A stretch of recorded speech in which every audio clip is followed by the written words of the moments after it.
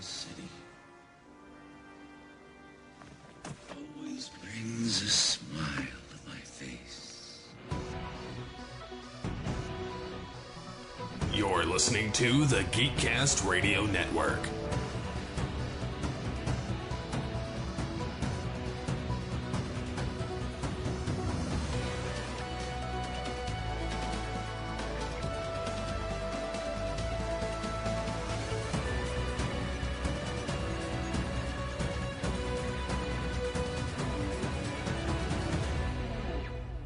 Unleash the geek in you. Hello and welcome to another special episode of the Geekcast Radio Network, where we once again are going through the top 100 fictional villains of all time.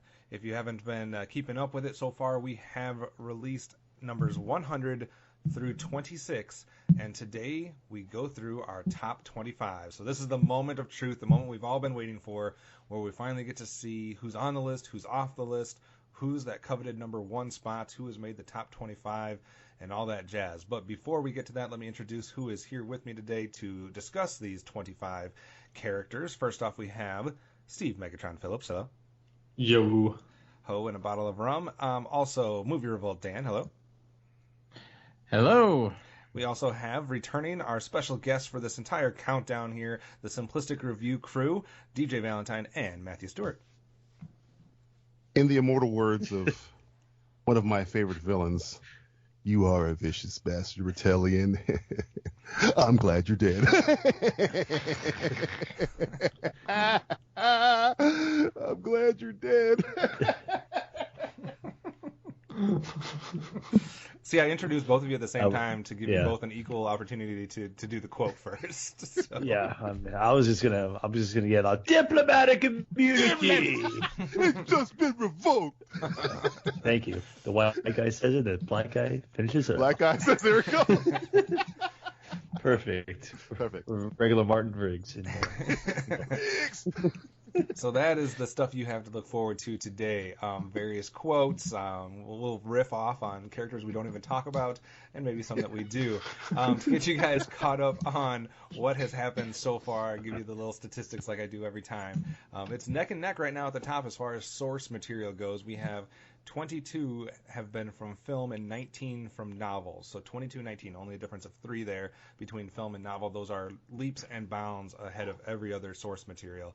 We have TV at 8, cartoons at 8, plays at 4, folklore at 3, video games at 2, and poems at 1. As far as source material goes, we've had 6 comic book characters, 5 Disney characters, 6 characters that were from horror films, 7 females, 4 robots, and 8 beast and or animals. So that's kind of the rundown from the statistics here. So a close race between film and novel. That's probably not a surprise to too many people. Something that may have been somewhat interesting from last episode. We had gone into last week's episode with 12 characters that had appeared pre-1900 and 11 characters or 10 characters that had appeared in the 2000s. So we had 12 before 1900, 10 after the year 2000, and we only added 1 character to either of those categories. So it sits at 12 still as far as pre-1900 and 11 from the 2000s and beyond. So my first question is going to go to Matthew here. That being said, we've had 12 before 1900, 11 since the year 2000. What do you expect as far as those two numbers to go as far as the top 25? Will we have any pre-1900 characters? Will we have any from the last 17 years? Or is this, like last episode, going to be dominated by the 1900s? I think it's going to be dominated by, I'm trying to think of any other characters that would really stack up within a top 25 villain countdown pre-1900. I think we really ran the gamut of literary and mythological characters. So I think going forward, we are just going to get the slew of well-known, like we're getting the creme de la creme, if you will, going forward. I don't really see that. What order they're going to be in, I don't really know. I think we had a really good mixed bag for the last quarter of the countdown. It was a good combination of everything. But, it's going to be – yeah. I think it's going to dump its load this time. Yeah, load blown coming up, folks, on the Geekcast Radio Network. Another thing that interesting to note, so far we still have 80% of the contributors have not heard their number one fall at this point. So 80% of people still have not heard their number one pick. Some of them will not hear it, as we kind of alluded to in the last couple episodes. So some people may be disappointed from that. DJ, what are you looking forward to today, and any predictions as far as, you know, some of the types of characters we might see? I think, though we started off in an unpredictable fashion, I think it's going to start getting more and more like, of course, like that. So, I mean, I think when it comes to voting for your top 10, it's a little bit easier than voting for your bottom, whatever, right, 100. So I think we're going to start getting the ones that we've been, where's this guy? Where's this guy? I think they're going to start popping up now. Dan, what do you think? Right now there's a 3-character difference between film and novels. Do you see either one of them running away with it, or do you see it staying pretty even between the two? Oh, man, that's hard. I think books probably have a slight advantage just because so many great movie characters and movie villains are actually first novel characters. So they might actually, you know, sway the actual vote to book and literature, even though for most of what they know is the movie first, but let's wait and see. Yeah, absolutely. And Steve, do you think that there's any type of, you know, that wild card that's still yet to be revealed that nobody will expect? Do we have something that's going to be somewhat unpredictable in this top 25, or do you feel like with DJ that this is going to get more into your standard fare here? I think we're going to hit into our regular content here with TV, film, comic, all that kind of stuff, kind of diving in here with the top 25. Yeah, absolutely. Could be the case. Another thing that I would like to mention, because we have had quite a few comments on the website, I think there's like 40 or some plus comments just on this last episode that revealed the 26 through 50. If you are curious as far as the criteria that we used in order to come up with this list, please go back and listen to the introduction of the first episode, because we did talk a little bit about kind of what made a villain for us, and at least what the individuals on the panel used as kind of their chopping block and kind of way to narrow it down. So go back and listen to that if you're curious as far as how we came up with our list individually.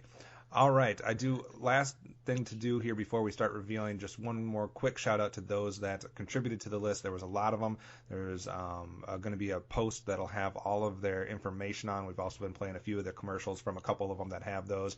So if you have a chance, definitely check out those podcasts or the blogs, things like Pop Culture Case Study, Following Films, obviously Simplistic Reviews well represented here, the Countdown Podcast, Mild Mannered Movie Men, Besotted Geek, Kevin Wright's Stuff, Blokebusters, In Session Film, Real Films, and I think almost everybody else has some type of connection to Geekcast Radio Network, so we won't plug each of us individually. So, all right, that is all the business out of the way. Let's get right to it with our 25 pick, and before I say that, I will mention that every pick today, except for one, is in somebody's top 10. So there's only one pick today that didn't land at least in one person's top 10, and that would not be this first one, because this first one got all the way up to number 4 for one individual. So our number 25 pick on 52% of the list originated in a novel played by Kathy Bates, Annie Wilkes. So it originated in a novel, more famous probably for the film. What is your thoughts on this one, DJ? This is good. I think this is even good placement, because there's a lot of stuff going on around now about how Get Out is not a comedy, and I always use Misery as an example, because there's funny moments to this character, but again, she's sadistic, and I didn't know what the hell hobbling was until this movie came out. And there's times where she's so entertainingly crazy, I guess I want to say, where it's like, this woman is out of her fucking mind.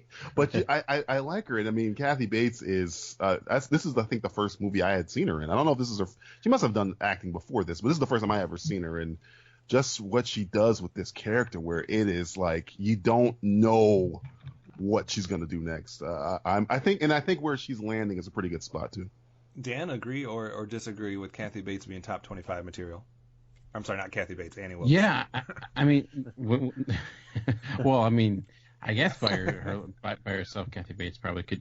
She's played some pretty vicious characters here and there, but no, I mean, when you're your character is basically, the main focus is legitimately inducing torture on someone in such a matter-of-fact way in some instances where it's a type of character that certainly has been copied and homaged on constant occasions, but clearly done the best here. So I definitely agree that she's deserving, and it's a good character to kick off today's podcast with.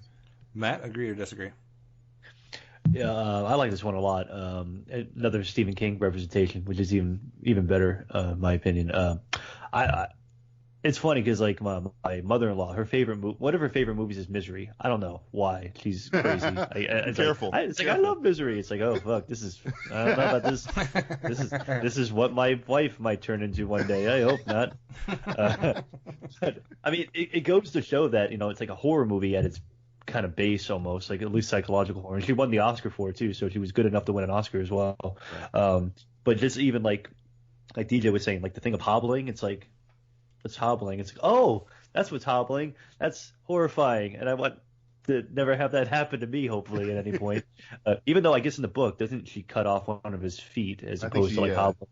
Right. She cuts it off. So it's like hobbling is even worse because you see it. It's like breaking ankles is an awful thing, and to more your point, like she's entertaining, so you're like, oh, she seems like a downright nice person until she starts doing all the crazy stuff she does in the movie. So I love it. I think it's a great pick, and it's kind of one of those underrated villains because you kind of, she's a wolf in sheep's clothing most of the film, and then her true colors come out when she doesn't get what she wants. So Steve, what do you think of how we're kicking off today? I completely agree with everything everybody said already. All right, sounds good. Let's get to number 24 then. This would be the pick that is the only pick today that did not appear in somebody's top 10. However, 10 people had this character in the top 40, so just the sheer number of people that had it in that top half is how it's getting in here at the number 24 spot. Also on 52% of the list. Just as a side note, there's only one character today that is not at least on 50% of the list. So we are going to go to number 24, originating in a film from 1978, our first horror film representation for today, and that would be Michael Myers. So Michael Myers here at number 24, like I said, the only one that did not make it into somebody's top 10. Steve, we'll start with you on this one. What do you think of horror getting a representation pretty early today?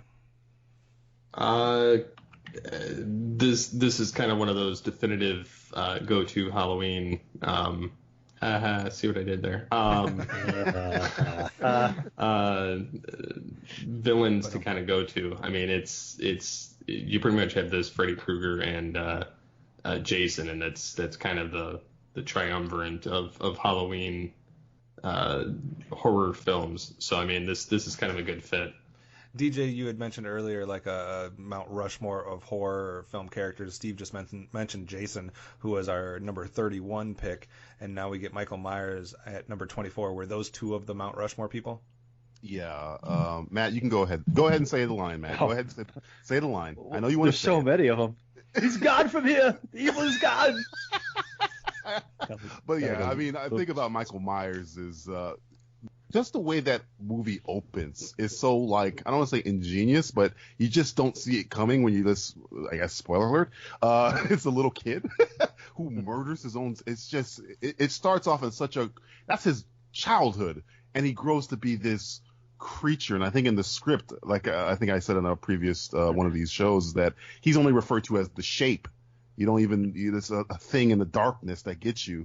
So he is the boogie. I mean, they call the boogeyman. And so Michael Myers, and come on, you got to give him a little bit of credit for the simple fact that he's wearing William Shatner's face the entire time while he's doing it. So yeah, I'm all into Michael Myers. The fact that his sequels has somehow diminished him, but I mean, you could pretty much say that from almost every horror guy, but the way the first Halloween works and sets up, and it has the whole thing with Loomis, it's so good.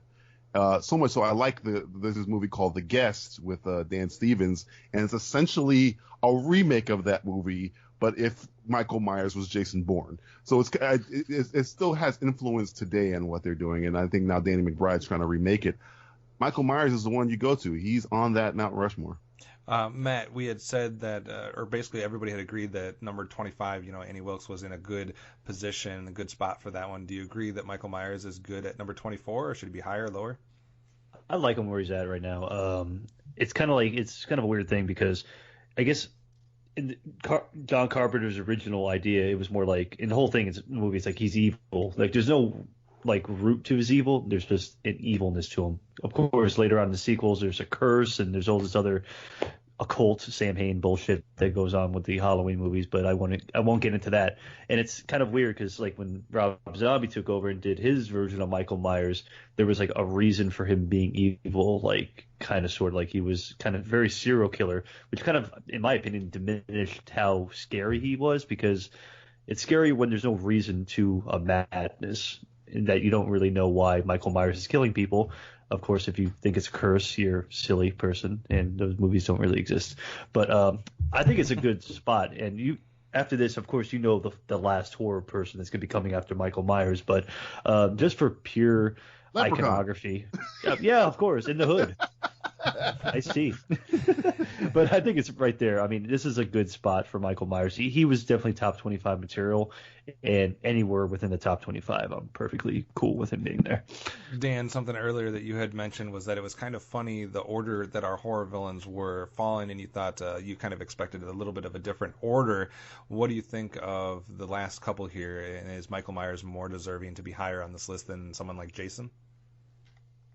Oh yeah, like I mean, if Jason was higher than Michael Myers, he'd probably have to start over and like, no, we gotta redo this, and there's no way you Recount. can't let that. Flip it out. Yeah.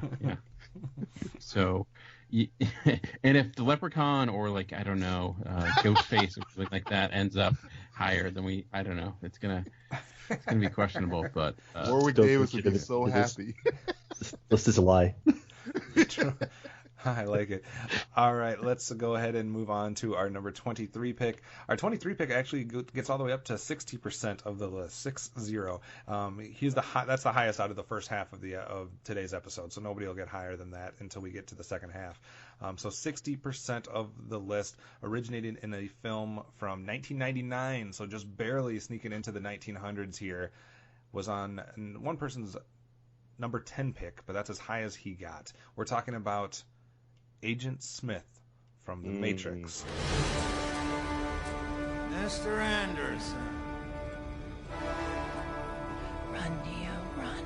So Agent Smith coming in at number 23. I was somewhat surprised at the number of people that did vote for him. Obviously 60% of the list he appeared on, and that was something I wasn't expecting until I started seeing the list roll in, and almost every single person had this character somewhere on the list. But he goes all the way from number 10 to number 95 on people's list, because 3 people had him in the 90s, and then a few people had him in the top 20. Steve, what do you think of The Matrix being represented here with Agent Smith? I think that's kind of fitting because he was kind of the main face of the villainy in the Matrix films that Neo had to go against. So I mean, I think that plus Hugo Weaving is pretty much that like staple, like he was the Benedict Cumberbatch of the late 90s, early 2000s. I like that. So like they used him for everything literally, and then they used him again for Transformers, and then he was like, I'm out, guys. I'm gonna enjoy watching you die, Mr. Anderson. Dan, what do you think of that? You didn't have Agent Smith on your list, so is this too high for the character in your opinion? yeah, I guess I think so. I guess it's hard. I think he's a good character, and Hugo Weaving's performance is pretty memorable. I mean, just the way he interacts with Neo is it's certainly iconic, and his story, I think, works more so than most of the actual Matrix sequels for the most part. But I don't know. I guess considering some of the other villains that we talked about, and just because of my disdain for at least specifically the last Matrix sequel, I just didn't. I feel like he kind of goes off the rails a little bit. So I don't know. It seems a little high for me, to be honest. I wouldn't mind if he's in the top 100, but like this high compared to some of the other literary and movie characters we've talked about, I'm not sure about that. DJ, agree or disagree? Like Terminator, I would put higher than I would put Agent Smith. I mean, the thing about the Matrix films, the first one is, though it might be stolen, is genius, but the whole franchise kind of drops off. But the one thing I think that's consistent about the franchise is Agent Smith is awesome. I mean, I like Agent Smith from the first movie to the third movie. His cookies need love like everything does. He's just so very diabolical to the point where I'm I kind of feel bad for him. In the first movie, he wins. And then because of some kind of cybernetic Jesus, he even goes, it's not fair. It's not fair. I won. I shot you 15 times. Why? So I sympathize with him, and he's Hugo Weaving, at least in the first, no, I think in all three of them, he's at least feels like he gives a shit. Lawrence Fishburne stopped giving a shit after the first movie, and it's written all over his face. Keanu, I can't read him. He's a sphinx. But everybody else, it seems like they quit. But Hugo Weaving is, I mean, he's just like, he's relishing it, where he's like, yeah, you were there, and I was here. He's so good. So, I mean, I had Agent Smith on my list because when years from now, when we look back at the Matrix, he's going to be the thing that I think stands the test of time because he's always awesome. I think this one kind of is a good representation of what we talked about a little bit in the last episode, where at this point in the countdown, I don't think it's questioning whether he's top 100 worthy or not. I think it's just about, is he top 25 worthy? Because I don't think most people would have a problem with him being on the list overall. Matt, what do you think is a good placement for him, though, among the top 100? Like, what episode should he have appeared in? I think earlier, I mean, I can't even remember if I put him on my list either, because I don't really, I mean, I have a hard time with a lot of these villains being so likable, but Hugo Weaving is villainous, diabolical, but at the end of the day, he's just like a program written in the Matrix. Like, he's created by, if anything, the higher power above him. The architect is like the more the villain because he created these things. But then later on, he becomes like the virus that sneaks in and out the Matrix. But you can't deny like his face, his facial expressions in the movie, his eyes is like really super over exaggerated evil look and everything. So he almost comes off as a little bit as like a mustache twirler a little bit sometimes. So I think he's great. I love Hugo Weaving. Like you said, Steve, yeah, he is like the Benedict Cumberbatch of the 90s. The 90s were so much better than they are these days. So 90s suck. Mickey Rourke said so. I think one thing that may have benefited Agent Smith when we're talking about how high he crept up here is not everybody's a horror film fan. Not everybody is big up on Shakespeare, but he's an action horror. It's hard to have been someone from our generation and not have seen The Matrix. Right. So it's almost one of those characters that is just universally known by people, regardless of what genre you lean towards or you stay away from or whatever. Like, it's hard to find someone that didn't see The Matrix. So I think that might have just the universal appeal or knowledge of who he is might have helped him, because that's, like I said, 60% of the list, much higher than those people that we've mentioned already today, and much higher than, well, a little bit higher than the people that are coming up here in the next few picks. So maybe just a little bit of universal knowledge helping him kind of sneak up a few spots. Yeah. Let's go to our number 22 pick, and this is a character that originated after the year 2000. So we are going to get one, at least one so far, modern character. I have heard his name bantied about, I think, in the comment sections and with people on social media a little bit, thinking that he might show up, and he is right here. We're talking about Anton Chigurh, played by Javier Bardem. And a very classic, a modern classic, I guess, character, so to speak. Dan, what do you think of Anton Chigurh coming in here in the top 25? I mean, the haircut alone makes him at least top 50 character, and then that's villainous. When you add in the performance and it's just such a memorable character in one of the best films of the 2000s so far. And just like his menacing behavior, the way he reacts and uses chance in a way to interact, and just also it's always a great villain needs a great weapon, and he has one, and it's pretty lethal. And I've certainly, I think it's a performance that I think put Javier Bardem, who's obviously an amazing actor, I think on another pedestal, and I think a villain that so many are always compared to. So it's hard to kind of break the mold with films and villains at this point in time, but it certainly did that.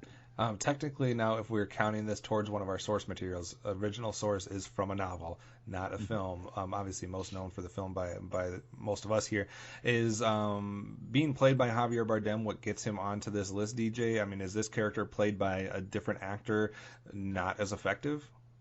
No, there's a movie that just came out called Sweet Virginia with John Bernthal. I forget the other actor, and John Bernthal was saying it's just kind of like our No Country for Old Men, because the character is, this character shows up and he doesn't really have anything, like, he doesn't fear anything. He almost doesn't even feel pain. We can see him in pain, but he doesn't, like, he gets the buckshot in his leg or whatnot, and he's just an instrument of fate or chance or death. We don't even know exactly what his backstory is. I mean, other than the weird haircut, but I think Chigurh. I think you could cast somebody else in this role, but Javier Bardem, I mean, I wouldn't want to cast anybody in this role because he's freaking amazing. And Chigurh, the fact that, like, what if Two-Face was more realistic?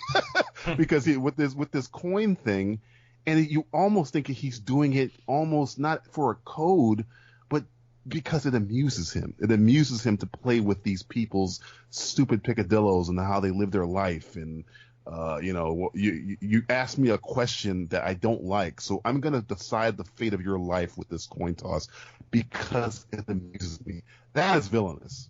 And I mean, I don't want to spoil the movie if you haven't seen No Country for Old Men. That code of his ends up, I mean, he doesn't even get to get his mark. He gets his mark's wife because he promised the mark after the mark was dead that he would kill his wife if he didn't help him. That's villainous.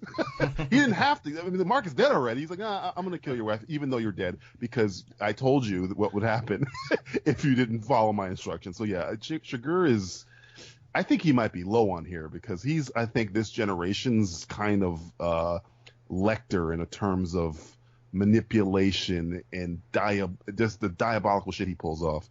Matt, the question I was going to have for you is 6 people had him in the top 20, but 6 people did not even have him in the top 50. They had him on the other side of the 50 mark. So where do you side with this one? Is it recency bias to get him this high, or, like DJ's saying, is he deserving of this because of the impact on this generation? I think it's such like he became kind of like also like a pop cultural phenomenon in a way, between the haircut, the look, the weapons. I mean, between that and the silenced shotgun. Yeah. I mean, two of the probably most iconic weapons I've seen in like movies in a really long time. And the Coen brothers just kind of do a movie that they're able to do a movie like that, but you hadn't seen a movie like that and a character like that since like probably something they did like Miller's Crossing or like Blood Simple or something like that. So they kind of just brought it all back around like 360 degrees. So like, hey, we're going to make a movie like we did back in the day. And it could be revisionist history. I mean, it's like, I don't see anybody else playing Anton Chigurh besides Javier Bardem at this point. I mean, he just, that role is to not be touched, just as Hannibal Lecter. Nobody else should play Hannibal Lecter besides Anthony Hopkins. But of course we got Hannibal Rising, but that's outside of our control altogether. But yeah, just everything about that character. He's like he's more than just like a person. He's like a force of nature at this point. He kind of comes into people's lives and just does what he wants to do because he wants to just do that. And he has his own code. And the thing about it, he has his own code of ethics. Like the whole, like you're saying, DJ, it's like, I'm going to kill your wife. You're dead, but damn, your wife's still alive. I guess I better keep my promise to that. So he's an honorable villain in a twisted kind of very crazy type of way as well too. But murderous, diabolical, charming in some weird way. If people who like bowl haircuts, maybe. I don't know. Nobody gets me off bowl haircuts. Steve, so far we've seen Kathy Bates, Hugo Weaving, and Javier Bardem as far as actors of some of these characters. Not that they're all, some of these characters will appear as different people and have been portrayed multiple times. But is that a sign of things to come where we're going to get some big name actors as far as the performances that we see for the rest of today on these villains? Oh yeah, I think so. I mean, these people that have portrayed these characters are pretty much known for playing some pretty dark, twisted characters anyway. So the fact that they're already showing up on the top half of the episode just bodes well for later. Absolutely. Let's see what we have here next with our number 21 pick. This will be the only pick today that did not appear on at least 50% of the list. So the only character that did not appear in at least half of the list. So why are we talking about him? Because 20% of the list had him in the top 10. Him? It? Let's say it. 20% of them in the top 10. Let's go with, let's see, we had Annie Wilkes, we had Agent Smith, we had Anton Chigurh. Let's keep that trend going with another A word, Alien, or Xenomorph, depending on how you want to say it. But the aliens from the Alien franchise, I guess we can group them as one, or you can pick the Queen. I don't know how you want to do this, but originated in the 1979 film. DJ, this may bring up the argument here too, like we talked about a little bit with Predator and some of the more like beast-like characters. How do you rank Alien when it comes to being a villain? It's like a tornado is a villain.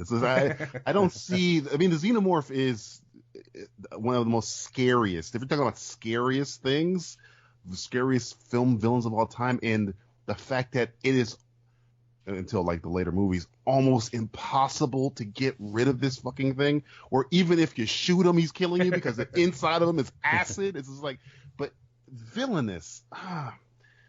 I mean, like if you take a recent Alien Covenant, David is more villainous than the Xenomorph is villainous because he's doing this to people knowing. I think the Xenomorph is, again, just trying to survive, even more so in the Predator. Predator's a hunter. He's making the choice.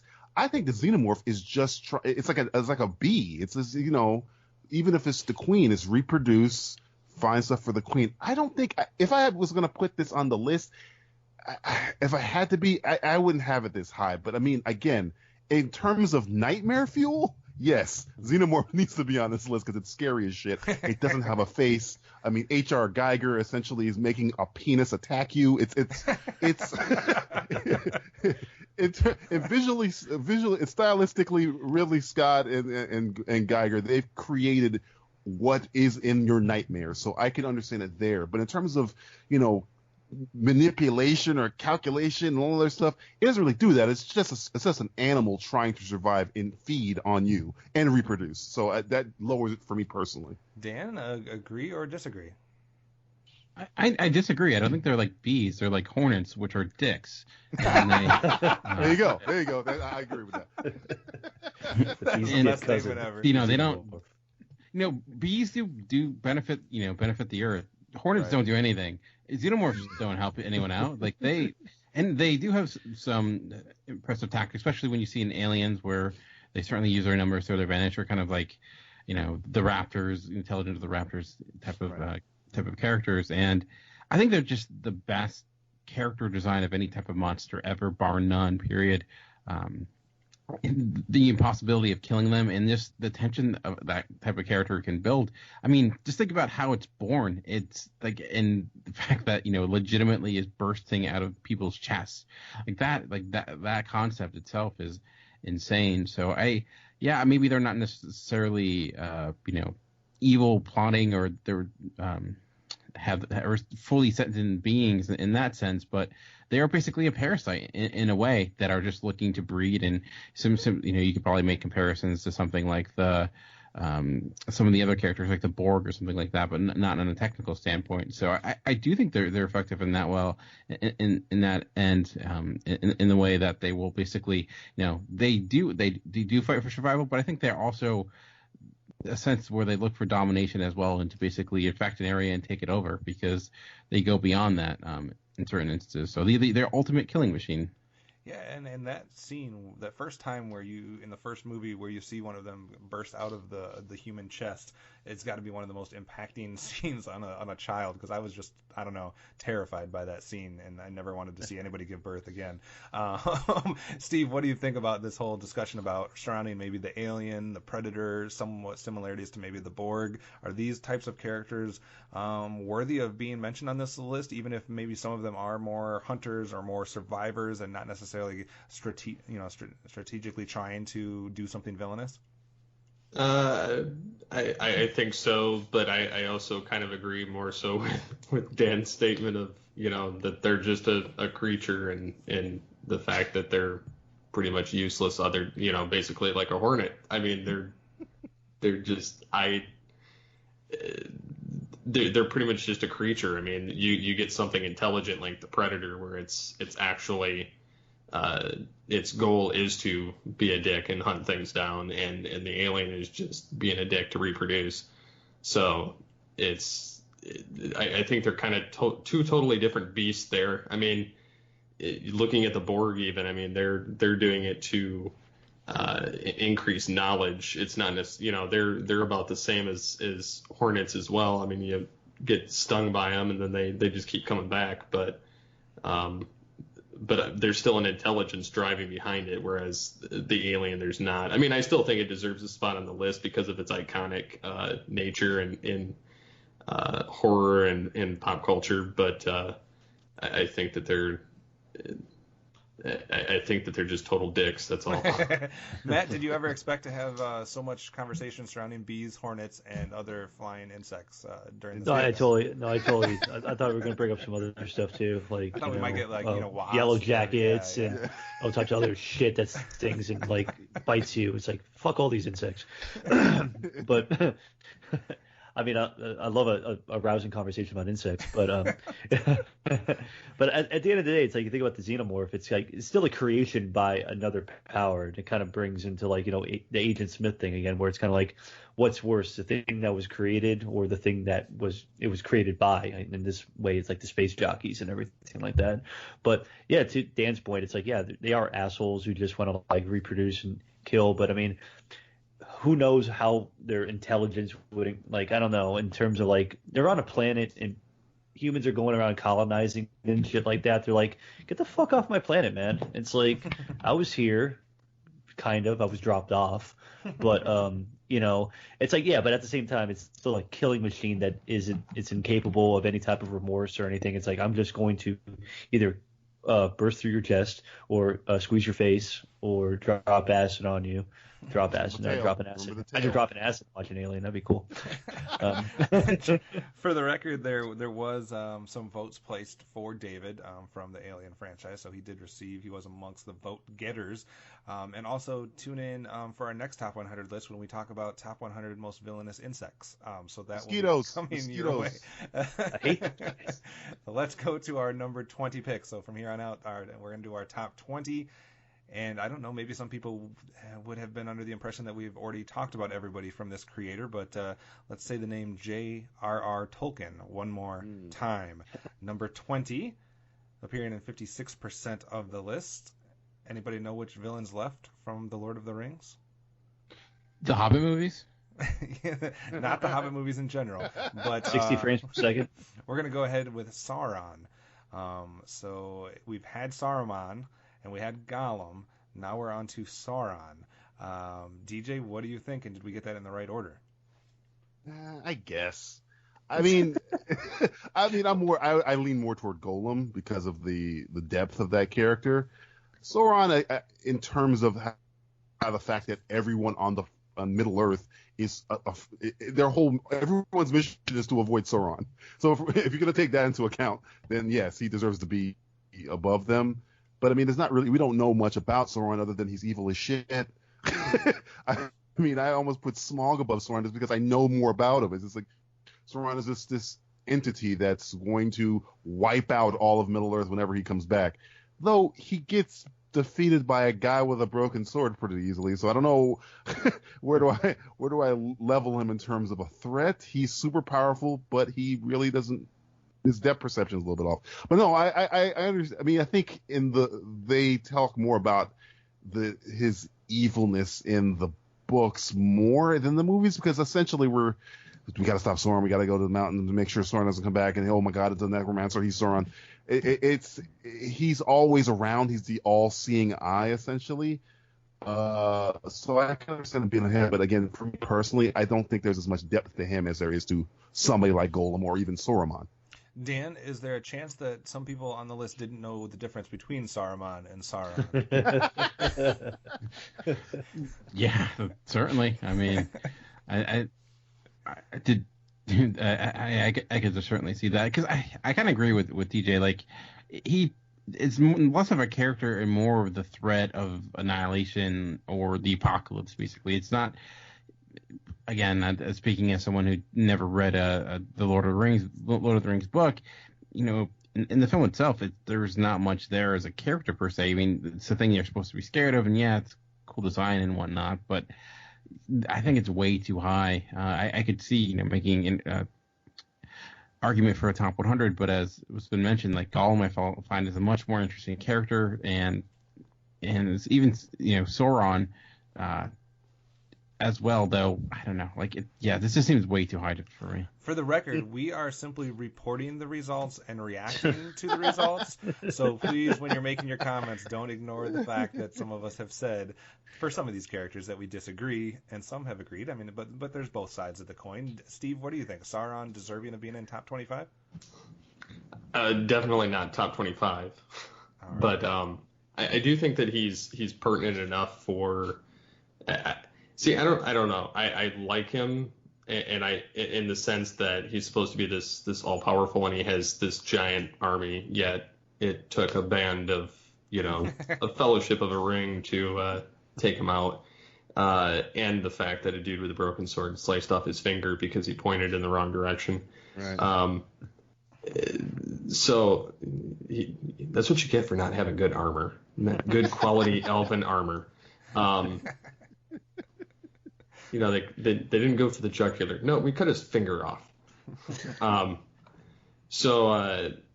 Yeah, I mean, it's a little bit ridiculous in that sense when you break down the fact that he lost all of his power because he put it in a ring, which he wore on his finger outside of his armor. And keep that in better safekeeping here. Does he benefit from being what I guess the biggest of the bad people in the Lord of the Rings? Like, if people were trying to vote for just one Lord of the Rings characters, did they automatically just go for him because he's like the main person that is causing the problems throughout this film, even if maybe Saruman or Gollum might have been better characters, I guess? I think it's because he's that kind of lingering evil that's behind the evil, and in that essence, and I think that's why he more so got where he landed. But I do think that Gollum is much more of a fleshed out character than any villain in Lord of the Rings. Yeah, I mean, I think that it's just being able to put a name to in a kind of an eye to the evil that's surrounding everything. Yeah. As opposed to, we're just being chased by armies of orcs for no reason entirely. Right. This will be interesting. I'm interested to see what the listeners and reactions are going to be to some of the ones that have fallen so far, because quite a few of you have disagreed with their worthiness of being top 25. Also, I had said that he was on 56% of the list. I'm not going to read any of the percents for about 7 characters because the next 7 are all either 52 or 56% of the list. So I'm not going to be redundant with that. But let's go to our number 19 pick, which originated in a novel, maybe more known for a film, but the novel came out in 1962. I'm going to need you guys to defend this one for me, because unless I need to rewatch the film, and I know this it popped up on a ton of lists when I was doing research. We've already had comments on the website as far as if this character would show up or not. And I need to rewatch the film, I guess, because I don't view her as a villain. I view her as an antagonist, maybe. But I think you guys are going to disagree and maybe defend the placement of this one. But at number 19, we have Nurse Ratched, played by Louise Fletcher, obviously, in the film. Dan, you had her fairly high. What makes her a villain as opposed to an antagonist? Well, I mean, she's certainly antagonizing, but I think what makes her a villain is the way that she's treating individuals, and kind of using her power to manipulate and control. And does that make her a villain? Like, or it's not necessarily. Yeah. I would say a villain. I mean, when you're legitimately, I mean, considering the the ramifications of her actions and what it leads people to do. Like you're talking about, basically taking the weak of the weak and manipulate them and getting away with it because you can. I mean, that's pretty evil. I mean, when you talk about, consider it like, if you were to expand this, it's something as similar as like a teacher or some sort of professor manipulating their students, but their students can't leave and they're stuck there. So, and she's not necessarily doing it in a way where she's yelling and screaming. She's not torturing people, but psychologically she's destroying individuals, which is far more damaging in a way, maybe less, not physically painful. So I certainly think that's what makes her such a memorable character, and the way that she, and what she also represents on more of a meta standpoint and the viewpoint of mental health care at that time certainly is also part of what makes her such an important character as well. And I think a lot of people obviously will be happy because a lot of people were hoping that she would show up here in the top 25. Also, the second female so far today, Annie Wilkes and Nurse Ratched. DJ, what do you think of the placement here? I agree. I mean, the thing about Nurse Ratched that I always thought was villainous is I think Dan's hitting on is that Nurse Ratched. There's Nurse Ratcheds that exist in this world, many that do these things, that use their power to manipulate and harm when their sole reason, their sole job is to help. They're doing the complete opposite of that for power. I mean, if that's not villainous, I mean, it's presidential material, but it's not. It's got to be up there in terms of villainy. So and when it comes to Nurse Ratched, when it comes to Cuckoo's Nest, for you to, have Jack Nicholson on his heels, you're a villain, I think. So yeah, I agree with her being on this list. I guess I need to rewatch it because I always viewed her more as not independently doing some of the things that she was doing. I always viewed her more as following the commands or the instructions of the institution or the powers that be that were running the place. But maybe that's she was wrong. just following orders. Is that what you were saying? Yeah, which I'm not saying. There's some other people that were following orders. Following orders. Right? No. But I'm saying that doesn't make her less villainous necessarily, but it makes like the people in charge to me even more villainous. And so it was hard for me to pick her out as opposed to maybe the whole organization, so to speak, and like the whole institution, I guess. But like I said, I've only seen the film one time, and I need to watch it again. Matt, what do you think of the whole thing? Yeah, I think we're hitting on some big points here with a lot of these villains. Is like how like all these people are like products of the environment that they live in, and that's why they become villains. So what's more villainous? But at the same time, it's like, I think what makes her a villain, though, in this way is that her actions lead to the death of beloved characters in a film. So it's like we all know what happens to Jack Nicholson. And we know what happens to, Billy, the guy that kills himself due to her, like, doing what she did. So I think that's what really gets under people's skin, that she was a direct result of these people having horrible fates befall them at the very end.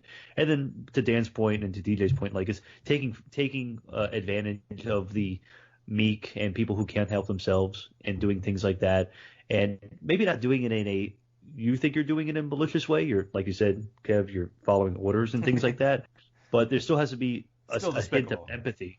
Yeah, it's still despicable, and there isn't a lot of empathy you see throughout her, except when she's getting almost choked out by Jack. And then at that end, she's maybe like, oh, fuck, maybe I shouldn't be such a bitch. I don't know. But yeah, at the end of the day, it's still because her actions are pretty notorious in the film, and it's sad. It's sad and it's depressing. For sure. So, yeah, interesting to see if people think we're getting them in the right order so far or not. And interesting here on this next one, because I think there will be a debate on which one deserved a higher spot. And this was, again, one of the most pain in the butts parts of my job here in compiling all this data here at number 18, because we're going to have another character from the Terminator franchise. And it's funny because every single list had the word Terminator on it. So everybody that contributed had at least the word Terminator, and trying to track down which Terminator version ended up with one of them in last week's episode and one of them in this week's episode. So I guess if we would have just did Terminator in general, it would probably be number one overall, because we had the T-1000 at the 39th spot, and now we have the T-800 in the 18th spot. So a lot of love for both versions, I guess, of the villains from the Terminator films. Dan, did we get that in the right order, or what do you make of kind of the split between the two? I think so. I guess it also depends on how you're rating it when it comes to villains. If you're looking at what one's probably more dangerous or harder to kill, the T-1000 certainly has that ability to morph and things of that nature. That makes it like a upgrade. But I don't know. I always felt maybe because I watched the first Terminator as a kid first, and just Arnold just has the physical presence he had in that film, and the image of him crawling in this metal, like an exoskeleton, or not exoskeleton, but skeleton. I thought that was just so effective. That villain that you can't kill or manipulate in any way, and it helps when you have Michael Biehn kind of explain just the dangers of that character. So they're very similar, obviously, because they're the same design, but I don't know. I guess it's more of a personal preference, really, because I think there's not that much difference between one and the other outside of the design of the character. But for me, I always enjoyed the T-100 more. So a lot of people picked one or the other and just put them on the list. We did have a few people that ended up actually putting both on the list at different spots. Steve, we had 10 people that ranked T-800 in the top 30. So do you think this is a good spot for the T-800? I mean, we've had a few characters so far today where people have questioned whether they're top 25 worthy or not. Is this one for sure top 25 worthy? I think so. I mean, it's still one of the iconic, even though it started off as a villain and kind of turned it into a anti-hero in a sense, and numerous bad sequels. But I definitely think that this has a place on the list, especially higher than the T-1000, with it being Arnold and just the way that that first film kind of came out. It was dark, it was freaky. You had the fact that the robot still wouldn't die and had to go through a garbage compactor to kill it, and it still was trying to reach through. So, I mean, it's a pretty unkillable machine. So, DJ, do you think it'll be split and half the people thinking that one should be higher and half the people thinking that the other should be higher? I don't think so. I think this is fine. I think this is fine to be above because it's the originator, and I mean, in terms of collateral damage, the T-800 just slaughters a police station. Yeah. Like the T-1000. No matter what movie. Yeah. He's more. T-1000 is more selective in his killing. He doesn't just randomly kill everybody. T-800 doesn't have time for that. He just kills. He walks out of a police station and then drives a car through the window and kills a guy, and then mows down everybody else. He goes door to door to shooting people. He buys guns. He murders the gun salesman. He's killed more, I think. The T-1000 is probably more dangerous, but I think the T-800, when we first saw him, I mean, fuck you, asshole. He's just so. There's no like what does Michael Biehn say? He absolutely will not stop until you are dead. I mean the fact that he is taken out by Sarah Connor in this press, he scares you. T-1000 is. He never really scared me. He's a great villain, but he never really scared me. T-800 is frightening, man, because he just keeps coming.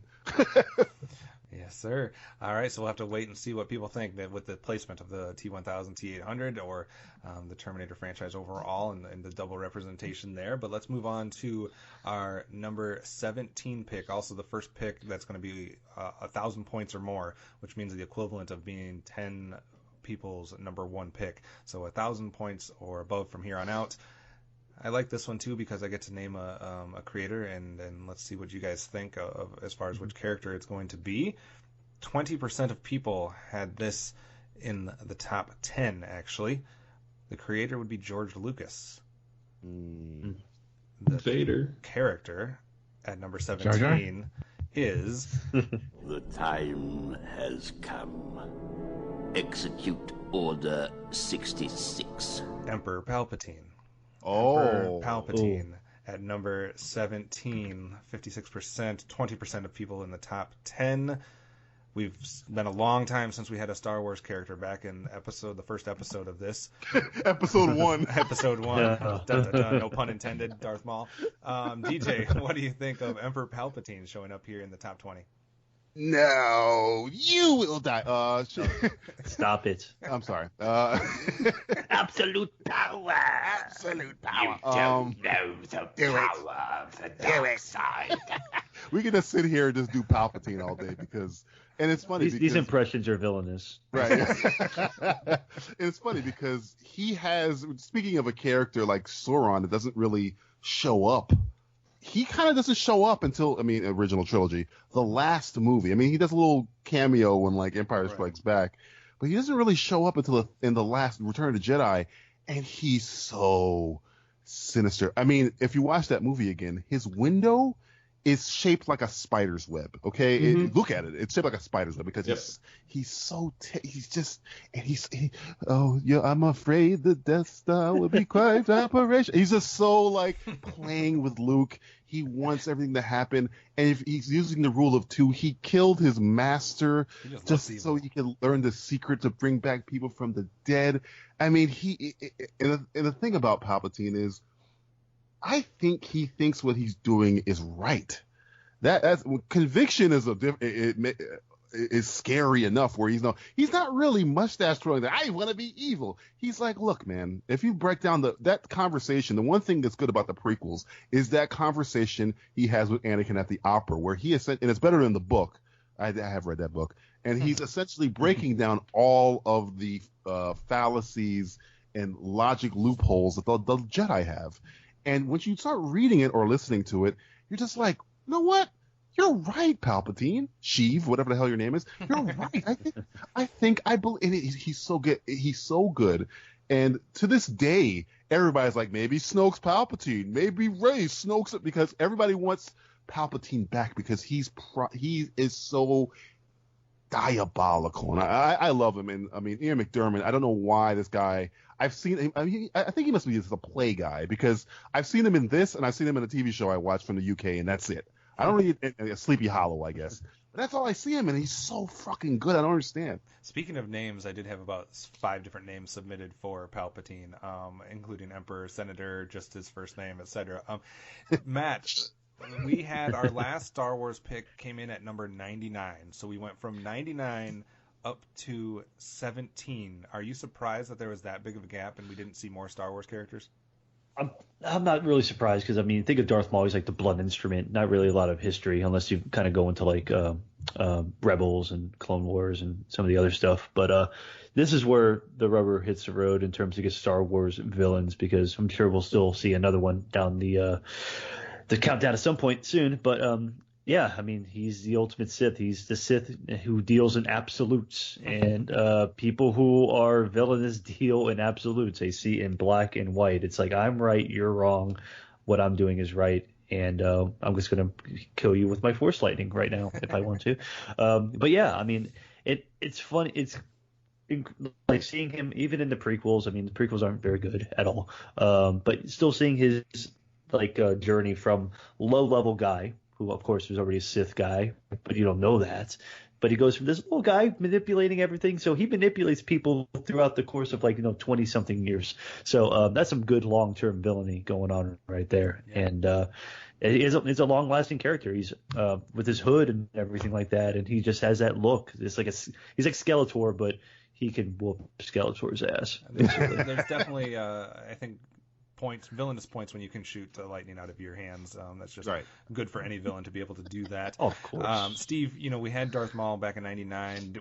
Was there any thoughts that we might get like a Jabba the Hutt or Count Dooku or General Grievous or some of the? I know some people talked about maybe some of the book characters or some of the expanded universe. Mm. Any thought that we would see any of those, or are you this kind of following the scheme that you would think Palpatine would come up next? Well, I was rooting for Palpatine to come up next, because one, I've always loved the character from Return of the Jedi before all the prequel stuff came out. He was always my favorite villain just because of his sarcasm at the end and the fact that he had that kind of dark Willy Wonka humor. Really, good day, sir. I think he's like, oh no, wait, don't stop. Just that kind of portrayal. That's kind of what I got from Palpatine, and then the fact that I went as him for Halloween for about 4 or 5 years, and scared the crap out of people. It was awesome. I just sat on a special chair on my porch and handed out candy on Halloween and looked like Palpatine statue, and then I jumped out at them and your candy is unlimited power. And then unlimited power. Yeah, so I kind of thought he was going to come up next, and the fact that he's playing the long game in the Star Wars universe just speaks volumes of his darkness, that he's been planning this for a long time, and everything's working out according to plan, except for those accursed rebels. So he's like the anti-Batman for the Star Wars universe. There we go. Dan, he goes in the cloak at night, and then he's mild-mannered Senator Palpatine during the day. Dan, final thoughts on Emperor Palpatine. You've not that we haven't agreed with you on most of these, but you've brought up a couple times where you thought maybe somebody wasn't top 25 worthy. Where do you think, as far as Palpatine, is he top 25 worthy? I don't know. There's been a lot of good points regarding the character. Certainly is menacing, and I just, when I'm looking at just the scope of just villains in general, considering some of them that have not come up yet, I don't know if I feel like he's that dynamic of a character that makes some of the ones we talked about today. I don't know. I think he's great for what he does, but I feel like he's always just, again, more. Just putting the prequels aside, he never he was never a character where I'm like, oh wow, that's a complex character with a lot of layers to him. He's just kind of, he's the evil emperor, similar to some of the characters we talked about. So I don't know. I'm not against him being in the top 50 or so, but if say there are certain characters that don't make this list over him, for example, I think there are better and more interesting Star Wars villains than him. I don't know. I'm at a loss for words, honestly, because he's got a lot of great qualities and stuff like that, but he never truly interests me as a character. I just thought he was just the guy that's he's the end boss oh man, he's the end boss battle and of a character, and he's really just there to push Luke to the edge, and a character to kind of drive Darth Vader. But speaking of the edge, I'm going to do my best to talk you off of it, because for the remainder we have 16 characters still to reveal. There's only one of them that was not on your list. So I think we're going to get you back in our good graces here with some of the reveals coming forward here. So let's move on to our number 16 pick, originating in a 1974 novel. Again, probably more known for the film that he was in. I guess we can call it he. He has a name. Bruce, I believe, is his name. Let's go with Jaws. Jaws coming in here at number 16. Let's renew the argument, or the lack of argument, or the debate here about, creatures, animals, villain, not villain. We've heard why it doesn't make Predator or Alien or some of those characters villains. Why does it work for Jaws, DJ? I don't know if it does. In terms of scaring me, Jaws scared the shit out of me. That commercial about, you guys are probably young, you don't remember the commercial where he goes, it's not safe to go back in the water, all that stuff. That was true for me for a very long time. I didn't go to the beach. I didn't go into swimming pools. I was scared of my toilet. I had a blue carpet in my living room. I didn't want to go in there. Arachnophobia made me scared of toilets. Anything with water or look like water scared me. Because Jaws is a real thing. There is great white sharks out there. It's not like some crazy xenomorph penis monster or a intergalactic hunting monster. There is great white sharks. And the way Jaws acts in the movie, he is kind of calculating. And in terms of, child murder, chalk one up for Bruce. the fact that they're trying to catch him, and he's essentially testing their defenses, which you could say the Xenomorph also does. It makes him kind of cackle. But again, is he just trying to survive? Is he doing what a shark would do? No, maybe, because I think what's his name? Robert Shaw Quint. He essentially says, "I've never seen a shark do this before." You know, so stuff like that makes me think he's more got something upstairs. But this is I'm kind of on the fence of putting all these beasts up there. But I can't really argue because Jaws scared the shit out of me when I was a kid, so I have no teeth. He was on 56% of the list, and the only reason I bring that up is to also bring up the fact that 48% of the list had him in the top 50. So most people that voted for him had him in the top 50. Almost half of the contributors had him in the top 50. Dan, where do you sit on this debate when it comes to more of the beast, animals, monster, that type of faction? You know, I was on the Xenomorph side, so I guess I would in default have to be on the shark side as well. And I think it's a little bit more than, like you mentioned, a little bit more than just normal shark behavior. There's something to it, especially if you, please don't count the sequels where legitimately you have a shark that goes out for revenge, because that's a thing that happens. So the curse of Bruce. Exactly. And I think, you know, if a villain can be menacing, it's hard to beat Jaws. I mean, he certainly is extremely scary, and it's just a beast where you just don't know how to defeat it. Like you're going into its territory, and you're kind of a pawn in its game. So I think that's quite effective, and it also works because you don't see much of him. Like due to much of the issues that were at the time, through luck, Spielberg had to kind of use what he had, and I think that ended up making him that much more of an impressive villain because he was used so sparingly, and when you did see him, it was effective. Although Back to the Future would argue he still looks fake.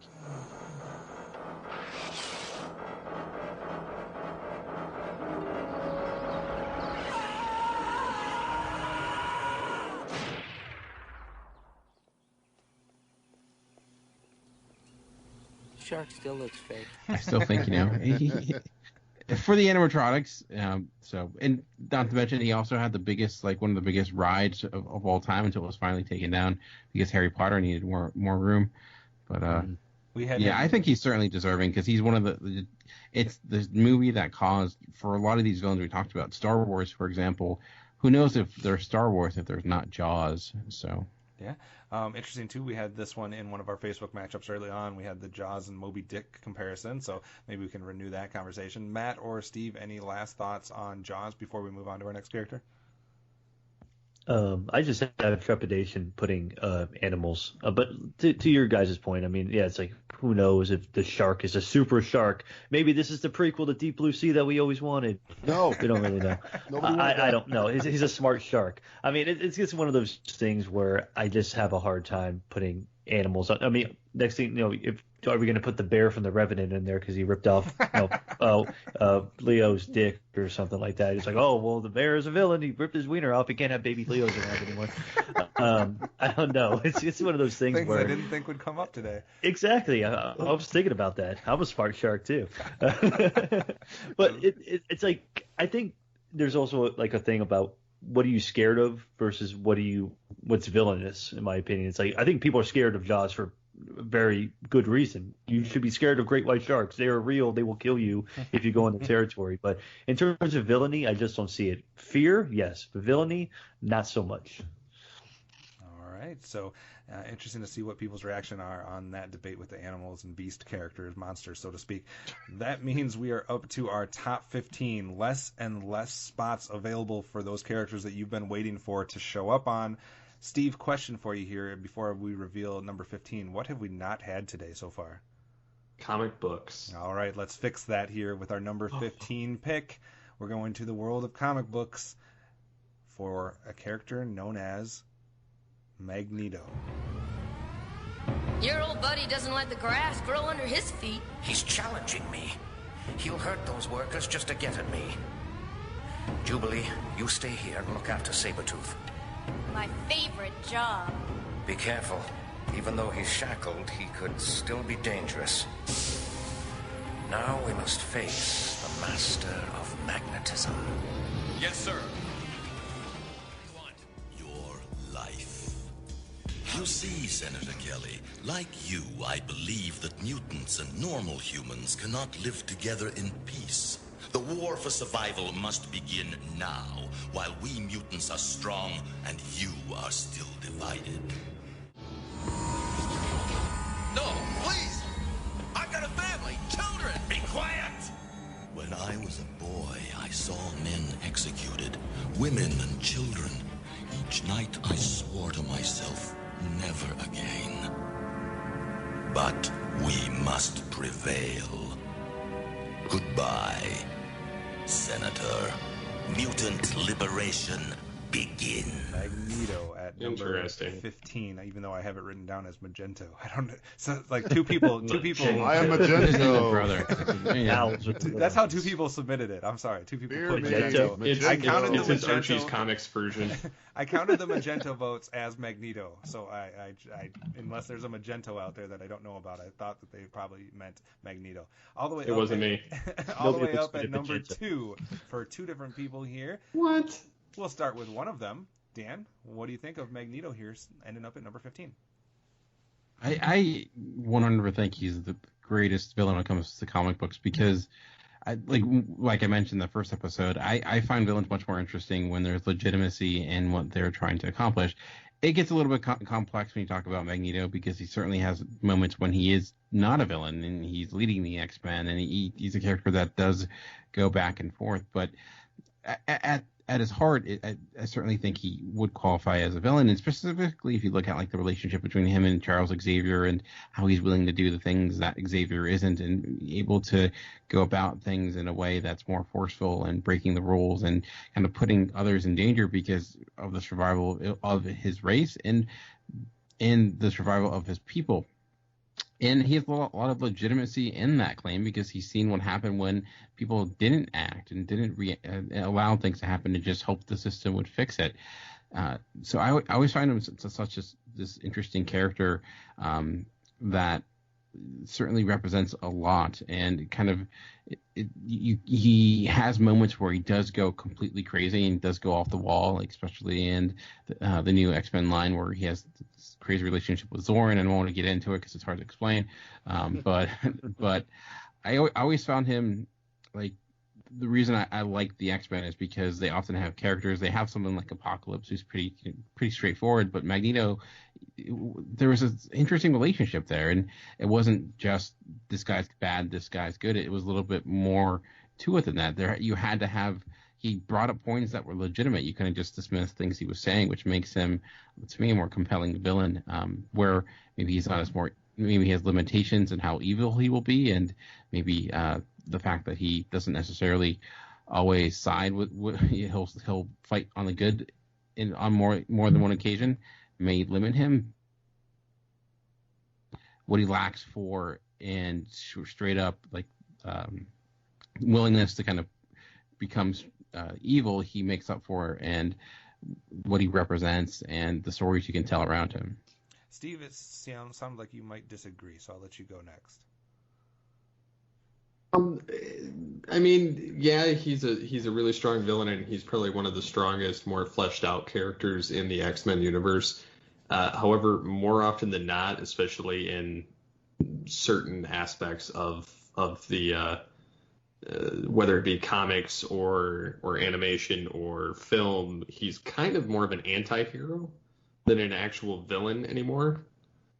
And I know that that's adding a lot of gray area to him, and I know that he's kind of a villain, but from his perspective, like he's kind of justified in some of his attacks of mankind because of what he's gone through between the concentration camps of World War II and everything else that's happened to him throughout his life. So I mean, I definitely think he's deserving of the top 100 list, but just because of his iconic nature and the fact that he's been a villain throughout it. But I don't know necessarily if he's totally a villain at this point.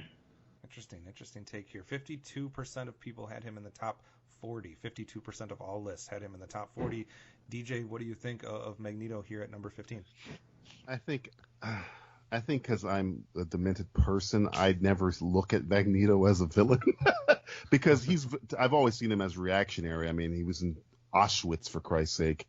So anything after that point that he does to anybody else, I don't see as a villainous act. I almost see it as revenge, and sometimes through survival of Dan was saying his race. He's reactionary and preemptive. I mean, he rips out Wolverine's adamantium after Wolverine attacks. Like everything he seems to do that I remember, it's always because it was either somebody's attacking him or he's trying to prevent an attack. I don't see him mustache twirling, I got to rob a bank, or I've got to, I just see him as this guy who has been wronged his entire fucking life by everyone. So he's tired of it, man. So he's trying to. So I mean, on paper, the stuff that he does is bad, but he has such good reasons to do it. Even in X-Men First Class, in that scene at the very end of the movie, I don't know anybody who's not rooting for Magneto in that part where he's pushing a quarter to a man's brain. I don't know who's not rooting for him after he squishes the head of two soldiers after they shot his mother. I mean, that makes me kind of go away from the villainy. But again, I'm in the minority in the situation. I know many people that watch the X-Men cartoon. Oh, he's a bad guy. He's trying to take over. I just see him more as a man. And I think Fassbender, and even in the X-Men Apocalypse, kind of, even though I'm not a big fan of that movie, nailed it for me, where he, after certain things happen to his family, I won't spoil that kind of marginal movie, he kind of screams at God, is this what you want from me? It's like everything keeps beating him down to make him do bad stuff. It's not like he's doing bad stuff out of his own volition. So I kind of makes... If I told you that an adult Jewish man abused Adolf Hitler Matthew? And killed his family, does that make him not a villain? I'm just asking. Matt, what do you think of Magneto? I guess it's still as the lone Jew in this group or something like that. Like, what am I supposed to think about? You're the only one that can speak on this, Matthew. I'm the only one that can save us. Well, I'll plead the fifth on that for now. I don't want to do that. What do you think of Magneto being a villain or not being a villain? I think it all depends on what medium you're taking Magneto from, I guess. If you're taking him from the cartoon, I think you see him more as a pure villain because he just really does villainous things in the cartoon. In the comic book, it's definitely more shades of gray involved there because it's such a, it's a 50-year history of what you've seen and what you get now. And then in, the First Class movies, you're getting this way more kind of complicated character. You're seeing him literally from the concentration camps to murder of his mother in front of him, and what he becomes later on down the line. But I guess with him, there's such a capacity for good, and then there's such a capacity for evil. But it's kind of all for the same reason in a way. It's like, because I mean, what was the whole when he was created? It was supposed to be Professor X, Martin Luther King, him, Malcolm X, by any means necessary type thing. And that's not necessarily a bad thing, but I think people just perceive villainous acts versus villainous intentions, I guess. And his acts are pretty horrible. He's killed a lot of people, but you would also say like they kind of had it coming. Yeah. They're assholes.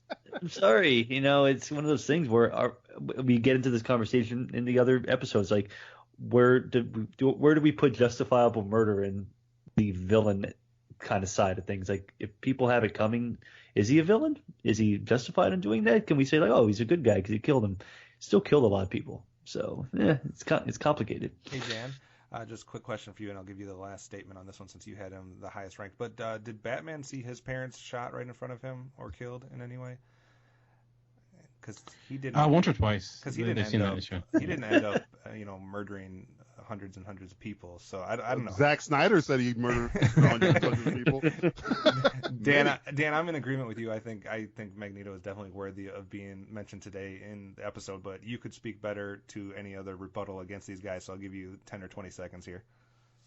I guess a good comparison is like if you look at a lot of quote unquote warlords that take over a country, that may end up with good intentions when they first take over, say like Fidel Castro, for example, or something of that nature, who they're taking over a regime that certainly did evil to many people, but once they're in that regime themselves, in that power, they in turn tend to commit those same crimes. And Magneto's proven that. So yes, there's legitimacy in what he's doing, and he may have intentions that are good in some instances, but he's also shown that he will, he'll do many of the things he accuses others of, and despite his history. So I think, in a way that's more evil, knowing that he's coming from this tragedy and that he would evoke the same type of tragedies upon others is pretty cruel. So. All right. We'll have to wait and see what people think about Magneto, the first comic book character to show up today, only the 7th overall. Maybe it's a Marvel DC thing. Maybe some people are just more fans of DC characters. Let's see, because we have one of those next at number 14. Lex Luthor.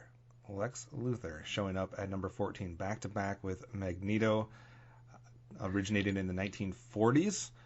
DJ, let's start with you. What do you think of Lex Luthor being our 8th comic book character? Respect, you have a photographic memory. I'm too modest to boast. The real purpose of Cadmus was to give you superpowers. And to ruin Superman's reputation. Imagine how sweet it will be when I save the world from the menace of the Justice League. Now, when I kill Superman, they'll build statues in my honor. Maybe next time. Lois! Lex, they came. Stop the wedding. You can't marry this man. Wait, is there an echo in here? I just said that. What's the meaning of this? The meaning of this is, Luthor, you're through. We have all the evidence against you we need. Evidence? Evidence for what? This is a warrant for your arrest for arson and other crimes too numerous to mention. You're out of your minds, both of you. You have the right to remain silent. You have the right to an attorney. If you cannot afford an attorney, one will be Will supplied. you shut up? I can afford 1,000 attorneys. I'll have your badge. I'll have your head for this. Get me the governor on the phone. Give me the president! Get him on the phone!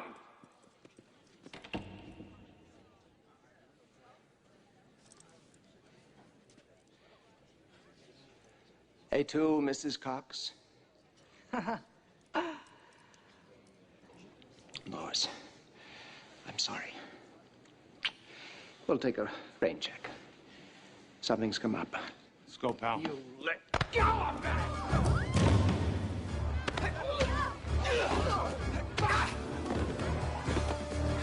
Don't worry, we'll get him. I got the building sealed off. This way, this way. Sorry, Superman. No time to chat. I'll just take my pound of flesh and...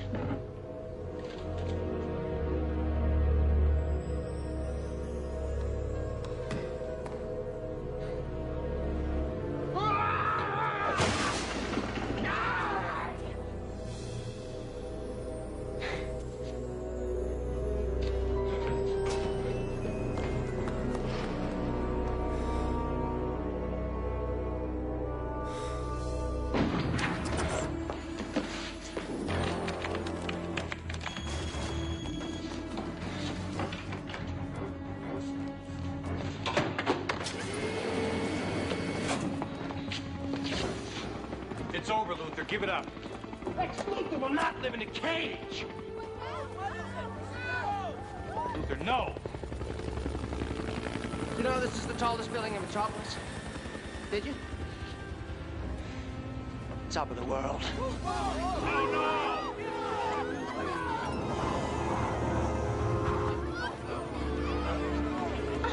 I can't.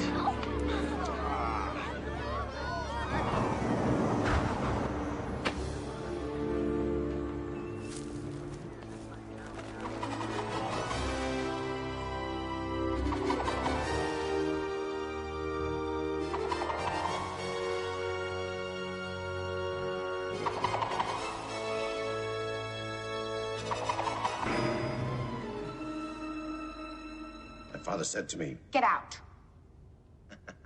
before that, he said, son, stocks may rise and fall. Utilities and transportation systems may collapse. People are no damn good, but they will always need land, and they'll pay through the nose to get it. Remember, my father said, land. Right. It's a pity that he didn't see from such humble beginnings how I've created this empire. An empire? This? Miss Tessmacher, how many girls do you know who have a Park Avenue address like this one? Park Avenue address? 200 feet below? Do you realize what people are shelling out up there for a few miserable rooms off a common elevator? What more could anyone ask? Lex Luthor is his whole crux is he's pissed because he thinks through all the shit that he went through growing up, becoming a corporator, he's a genius, he's a philanthropist, but for some freaking reason, mankind keeps worshiping this alien from another freaking planet.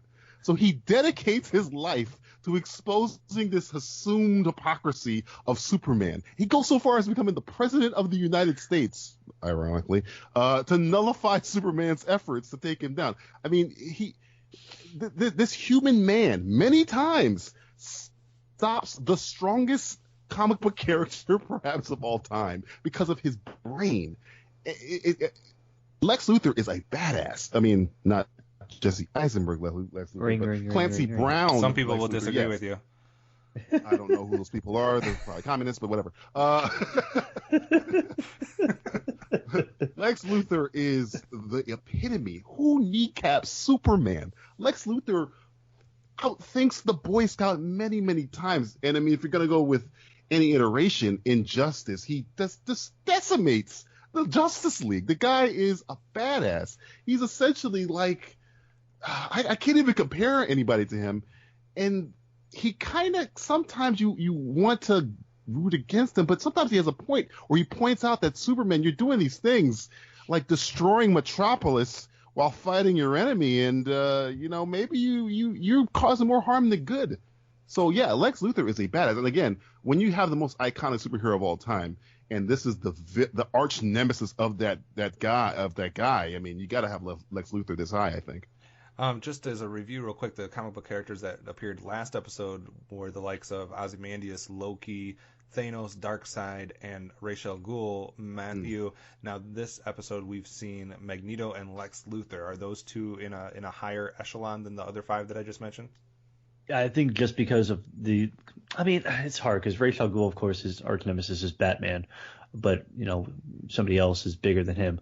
But Lex Luthor is kind of like to kind of reiterate what a lot of DJ was saying. I mean, he made a kryptonite suit. It was like get away from me. It was killing him, and he didn't care. Yeah, he didn't care. He was still gonna. He's like, I'm still gonna kill Superman. I'm dying, but I'm cool. I'll still go after him. I'm gonna destroy Superman while I die. So, but yeah, and it depends what iteration. I mean, you have from Gene Hackman to Clancy Brown to Jesse Eisenberg, and with the Jesse Eisenberg thing, it's like. I think DJ and I, we've gotten into this debate where when I first saw the movie, I was like, I didn't mind him.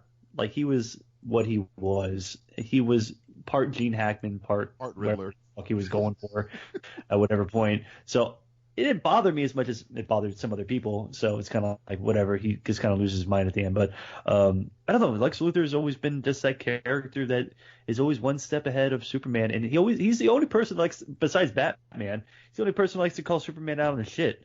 It's like everybody else is like, oh, Superman, he's the best. And Lex is like, fuck you, he's not. I'm sick of this guy. Look at my city.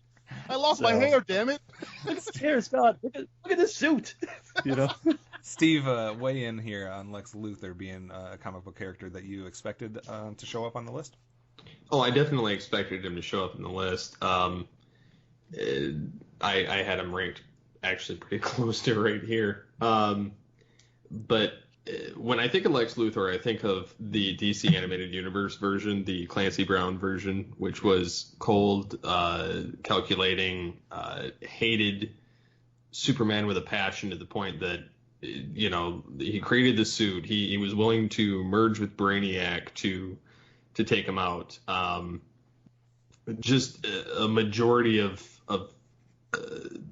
elements there. I mean, he partnered with the Joker, as crazy as it was, in one particular film, just to try and take out Superman, and Batman ended up having to come in and basically mop the floor with both Lex Luthor and the Joker. And it's just, this character's I don't count the Jesse Eisenberg version. I think that he's such a frickin' pansy.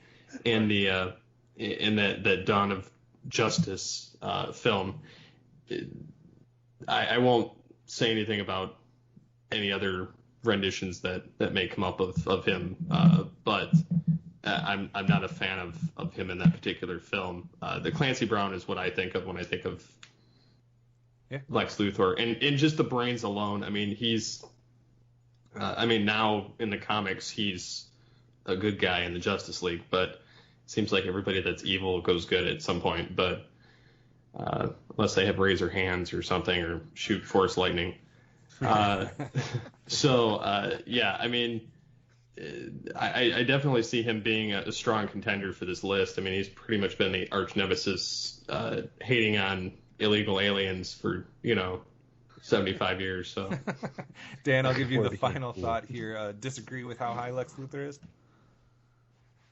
Oh, none at all. And it's interesting because that he kind of comes back to back with Magneto, because Magneto does it more often, but Lex Luthor is a character that will turn to the good when necessary. He, as Steve mentioned right now, with it's kind of complicated, but when Superman died, but also came back from a different dimension, he kind of took up the mantle of Superman, because in reality, like, Lex Luthor would be a hero if Superman didn't exist. It's just that narcissistic quality, that the jealousy that drives him to defeat Superman. And one of my favorite actual versions of him, it comes from like an Elseworlds story in Superman Red Sun, where you have Superman from Russia, and Lex Luthor kind of you see what would happen if Lex Luthor basically was able to rule the U.S. without the interference of Batman. And you see the complexities of the character, that there's still some evil qualities to him, but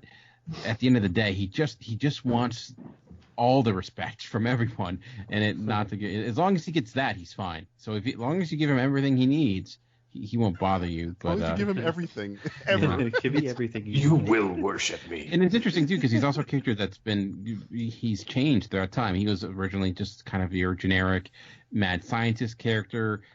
In the film, Superman, he kind of became more of a James Bond influenced character, then became the businessman character to a politician, and he's one that often reflected the time we're in. And I think he's still right now, they're still trying to figure out what is the next stage of him. So he's a character that's certainly been able to evolve to different styles and different interpretations, and been effective in each one. And he stole 40 cakes, by the way. There's a little deep cut there for you guys. He stole 40 cakes. Look that up. Well, he did take out Darkseid in the Justice League Unlimited cartoon. Regardless of what we say, there's going to be at least one commenter that disagrees with Lex Luthor's placement on this list. So we'll have to wait and see for the reaction. That is a guaranteed. And on that note, with our back-to-back comic book characters, we're going to take a quick break, hear a couple ads, and when we come back, there's only 13 spots left. We'll start revealing them. Hello, everyone. This is JD from the In Session Film Podcast. Each week, we review the latest from Hollywood, California. Well, yes, Brendan. We also give top 3 lists. Okay. Yeah. Thanks again, Brendan. Additionally, you can hear us talk other movie news, trailers, varying movie series, or other interesting film-related topics, and even rants and raves of the week. On top of our main show, every Friday, you can also hear our extra film podcasts. You can listen to the In Session Film Podcast on iTunes, Stitcher, SoundCloud, or at InSessionFilm.com. Listen to the In Session Film Podcast every Monday and Friday. Subscribe today and hear me verbally beat JD like a Cherokee drum. No. That's not how this works, sir. On the Simplistic Reviews podcast, we talk movies. We talk TV. We talk. Hello, Julie, what the heck are you doing? Trying to make our spots sound more exciting by adding explosions. Yeah, I'm pretty sure you could have got the point across with sound effects, not the real thing. Download the show on iTunes or at simplisticreviews.blogspot.com. I'm sure your insurance company will cover that. No, they won't. No, they probably won't. Tooncast is back, baby. Better than ever. Continuing the excellence in tooncasting here on the Geekcast Radio Network.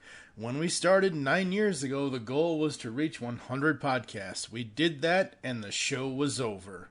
However, we went beyond with Tooncast Beyond from 2011 to 2017. But next year, In 2018, Tooncast returns to its roots with a few new twists and turns. Join myself, TF2 and Mike, OptimusSolo, and the rest of the GCRN crew weekday afternoons here on Tooncast, where it's all tunes all the time, only on the Geekcast Radio Network. Unleash the tune in you. I care about you more than any old egg sandwich. Oh, grubby. Don't go there. I'm on the verge. Because the world needs another movie podcast. The Geekcast Radio Network presents for your listening pleasure the Cinema Geek. Hosted by Amanda, Kevin, Matt, and Dan. Each week we dive headfirst in the landscape of movies as we discuss movie news, play movie games, go in-depth on reviews, and even have a top 10 countdown or two. Also, don't miss our director retrospective series, where we review noted directors' movies film by film. Bottom line is, if you love movies and love podcasts, you need to experience the Cinema Geeks. You can find us on iTunes, Blog Talk Radio, or GeekCastRadio.com. Hello, geeks and geekettes! Looking for a podcast that covers a vast array of topics? Then check out Altered Geek Unleashed, where we discuss our thoughts on this week's geeky news, tech, gaming, television shows, movies, cartoons, comics, and more. So, get altered, get geeky with the Altered Geeks.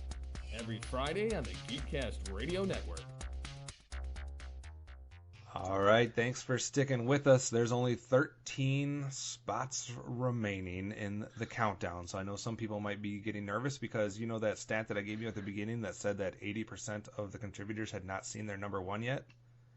Still, 80% of their contributors have not seen their number one fall yet, so that is a thing. Also, every character from here on out is at least in one person's top 5, so that is a thing going forward. Another question, let's see if anybody can get it right. DJ, what's a type of character that we have not seen yet today? Literary. True, but not the answer I'm looking for. I was right, guys. Somebody said anime. Somebody said it. Animated. We have not had an animated character today. That ends with our number 13 pick. Interested to see your guys' reaction here. We also hadn't had a Disney character today. Let's end that as well for Scar.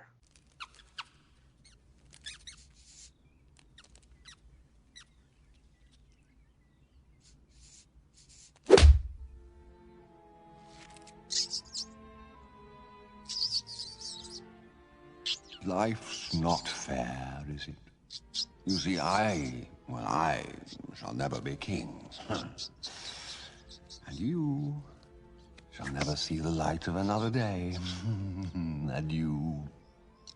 Didn't your mother ever tell you not to play with your food? What do you want? I'm here to announce that King Mufasa's on his way. So you'd better have a good excuse for missing the ceremony this morning. Oh, now, look, Zazu, you've made me lose my lunch. Ha! You'll lose more than that when the king gets through with you. He's as mad as a hippo with a hernia. Ooh, I quiver with fear. Now, Scar, don't look at me that way. Help! Scar. Drop him. Impeccable timing, Your Majesty. Why, if it isn't my big brother descending from on high to mingle with the commoners. Sarabi and I didn't see you at the presentation of Simba. That was today? Oh, I feel simply awful. Must have slipped my mind. Yes, well, as slippery as your mind is, as the king's brother, you should have been first in line. Well, I was first in line, until the little hairball was born. That hairball is my son, and your future king. Oh, I shall practice my curtsy. Don't turn your back on me, Scar. Oh, no, Mufasa. Perhaps you shouldn't turn your back on me. Scar at number 13. I don't think this should come as much of a surprise because Lion King was all kinds of represented when we did our top 100 actual just regular characters, villainous hero, anybody. We had a ton of Lion King characters, so now we have Scar at number 13. Steve, is he worthy of being amongst the likes of Emperor Palpatine and Lex Luthor and Michael Myers? Well, for the sake that, one, it's a Disney character, two, it's one that's voiced by Jeremy Irons. Yep. Three, you have the fact that he straight up murdered his brother to banish his nephew so he could lead. That's some cold-hearted crap for a kid's movie. Yeah, that could be a valid points on all three of those conditions. DJ, Scar, top 25 worthy? Yeah, I mean, in terms of this movie essentially being a kind of a remake of Hamlet, he is Claudius, I believe, right? So, yeah, and on top of it, Scar is just so cool.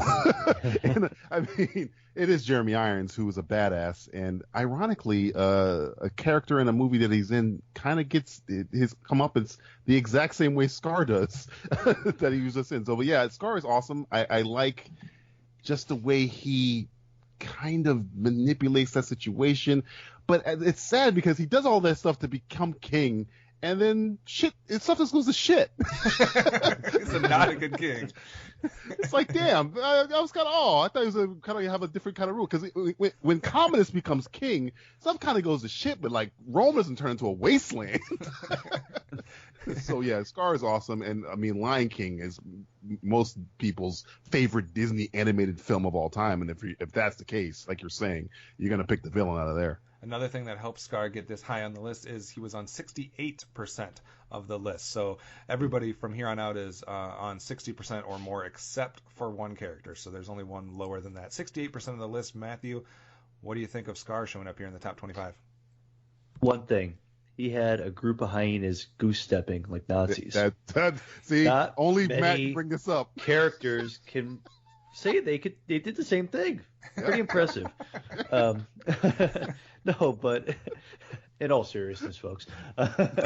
In talking about a Disney animated character. In all seriousness. But no, he's a cold-blooded murderer. He throws his in such an ironic twist. And Usually you're frames a thrown child to the for lions. The lion is thrown to the wildebeest. How about that too? So yeah, he kills his brother, and then he blames it on his like nephew. It's like, it's your fault. It's like, damn, that's some cold-blooded shit right there. And then he gets, but then his villainy is villainous, but then he just doesn't do anything after that. He's like, oh, my kingdom, I'm just going to run it into the fucking ground at this point. How many villains do we have on this list that succeeded in their mission as far as what they wanted and then just totally sucked at it? They didn't afterwards. It was kind of like, oh, what do I do now, guys? I won. I didn't know how to do this. I'm going to go to this world.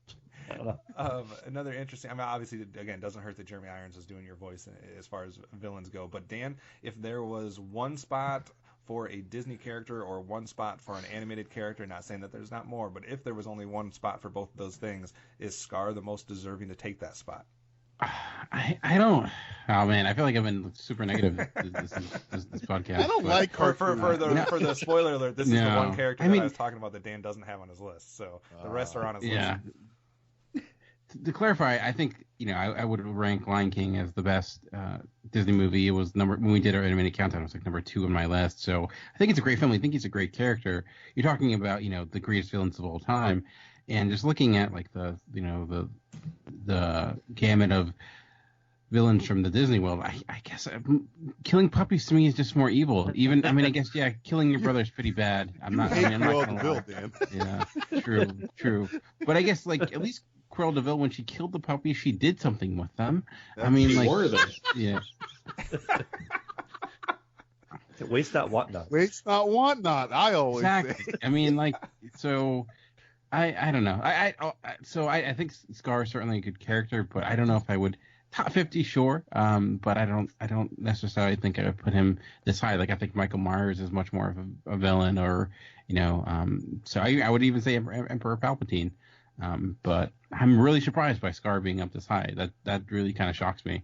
I guess it makes sense because Jafar was up really high too, so we do love our 90s here. So. And our Disney characters, so that does help. So, like I said, I'm not surprised just because of how many characters we had from The Lion King show up on the last list, even though this is a different contributors list that was supplying our votes here. I'm somewhat surprised that it was this high, but I'm not surprised that it's the highest Disney villain, because I think a lot of people do go to Scar above, Maleficent, Cruella de Vil, Jafar, even though, everybody has their personal favorites. So, Interesting to see Scar here at number 13 for sure.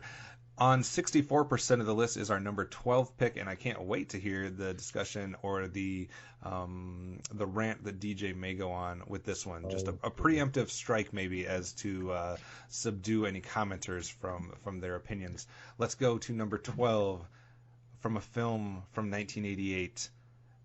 How do you not have a list with multiple Alan Rickman characters? Let's go with Hans Gruber from Die Hard. DJ, start us off. All of you relax. This is a matter of inconvenient timing. That's all. Police action was inevitable. And as it happens, necessary. So let them fumble about outside and stay calm. This is simply the beginning. I thought I told all of you I want radio silence until further... I'm very sorry, Hans. I didn't get that message. Maybe you should have put it on the bulletin board. But I figured since I waxed Tony and Marco and his friend here, I figured you and Carl and Franco might be a little lonely, so I wanted to give you a call. How does he know so much about this? This is very kind of you. I assume you are our mysterious party crasher. You are most troublesome for a security guard. Sorry, Hans, wrong guess. Would you like to go for double jeopardy where the scores can really change?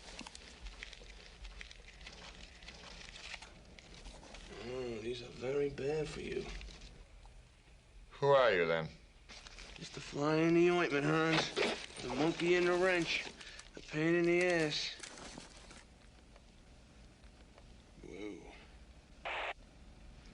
Check on all the others. Don't use the radio. See if he's lying about Marco and find out if anyone else is missing.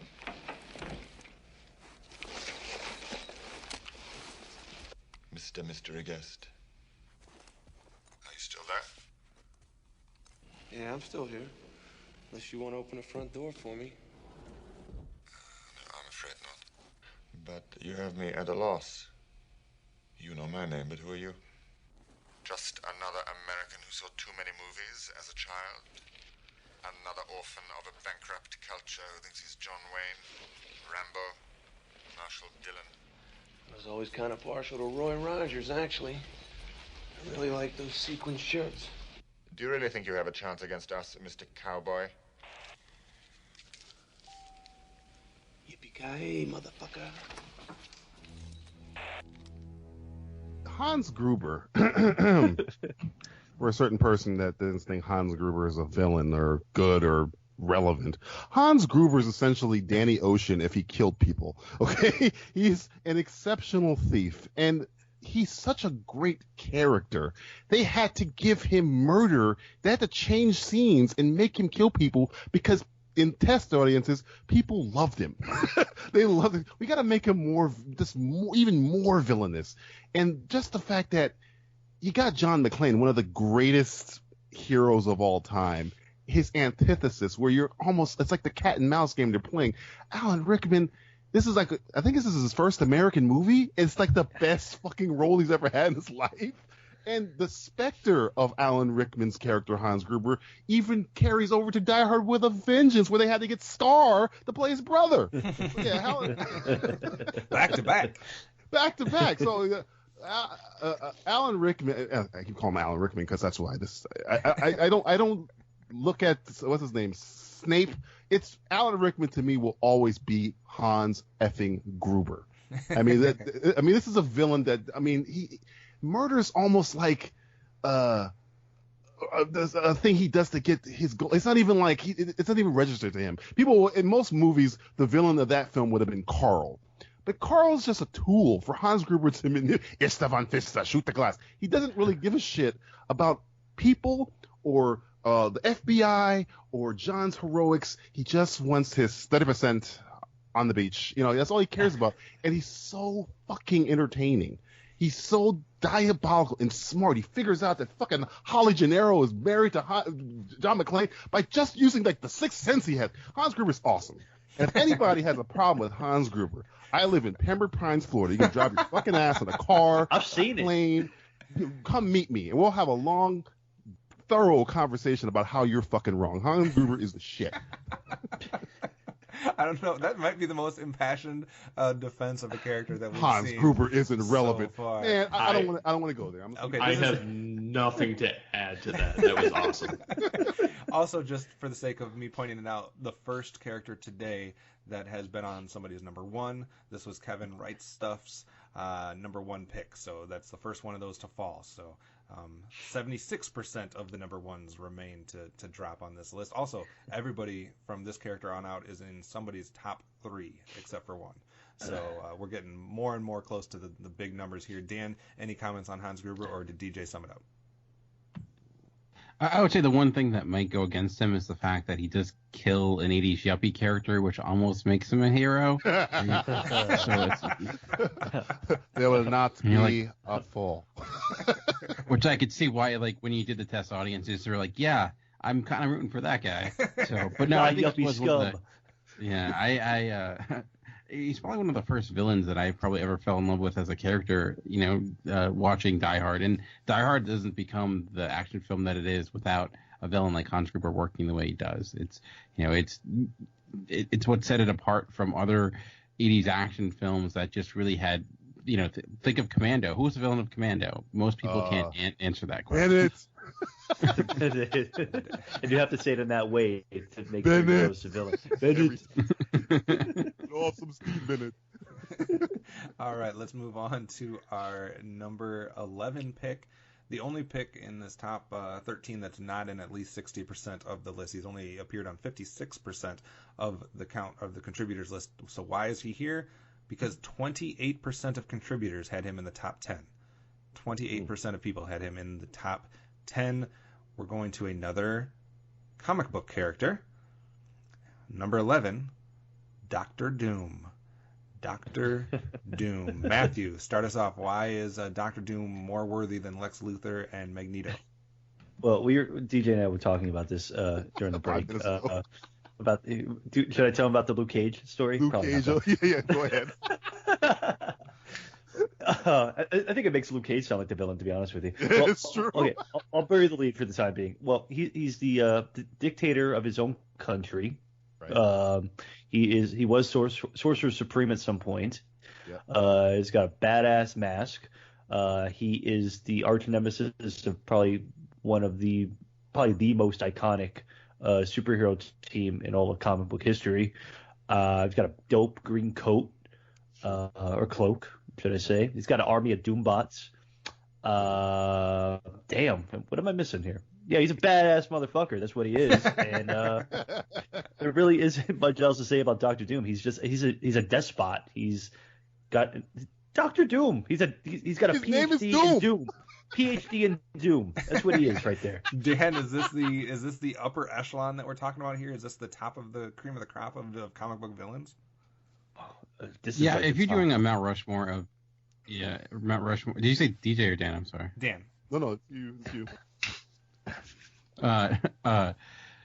If you're doing Mount Rushmore of comic book villains, I certainly think he's on it, especially because it would look badass if his face was on a mountain, and I think he would be all for that. And what's interesting about Dr. Doom, too, is that he isn't necessarily like the mustache twirler that you would think he would be being called Dr. Doom. Like, unlike Scar, the country he runs is effective, and in most interpretations, the people that he is dictator of love him because he truly, in a way, has an affection towards them, even if he's not showing it in the way you would expect. Like it's more so because he wants to prove he can do it. Like there's been certain stories, for example, where he's legitimately taken over the world, and he ended up just basically stopping, basically giving it back because he found doing paperwork was not nearly as interesting as trying to beat the Avengers. And he's actually there was the most recent Secret War story where legitimately he controlled all the multi-universes. He was basically the god among gods,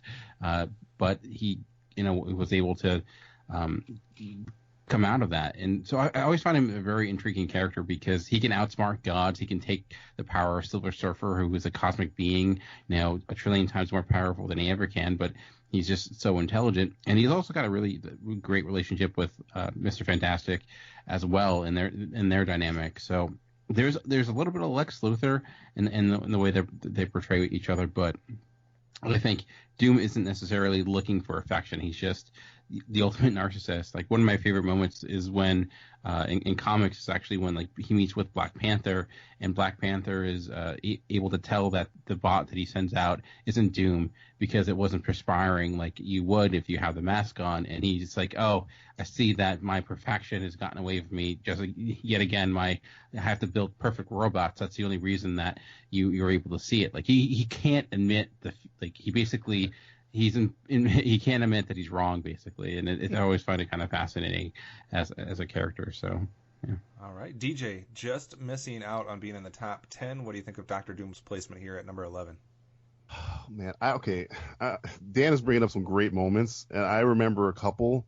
Other than the fact that the guy has touched the Infinity Gauntlet and taken a blast from it and lived, there was a moment in Amazing Spider-Man. I forget. Eric Larson drew it. I forget what number, and Dr. Doom had an embassy. Now, listen to this. A villain has an embassy in America, and a character that Spider-Man was protecting stole a jewel that belonged to Latveria, his country. And Dr. Doom shows up, and literally, like, Spider-Man's trying to get in between Dr. Doom and this thief because Dr. Doom is going to fucking kill him. But Spider-Man's like, no, do it. And Dr. Doom literally... not even trying, beats the living shit out of Spider-Man. My hero, one of my favorite comic book characters, beats the shit out of him for 4 straight pages. So I'm like, what? Who? And Spider-Man's trying to explain to Dr. Doom, no, please, just let me I'll get the jewel back, I'll be fine. And Dr. Doom goes, you have 3 days. So for the rest of the comic book, they have a timer on each panel telling you how long how long Spider-Man has to find the jewel. And on the last page, it gets to 0, and Doom shows up on the last panel and says, where's my jewel? And whips the shit out of everybody. That's Dr. Doom in a nutshell. Dr. Doom is a badass, okay? And on top of the fact that he is done so much horrible thing, the fact that he's dealing with Black Panther, and I think he tried to take over the vibranium. Black Panther had to nullify all the vibranium in Wakanda so Dr. Doom couldn't take it over. He is a badass. And Matt is right. He's gone against the first family comic book group, the Fantastic Four, and defeated them many times. Like, whatever.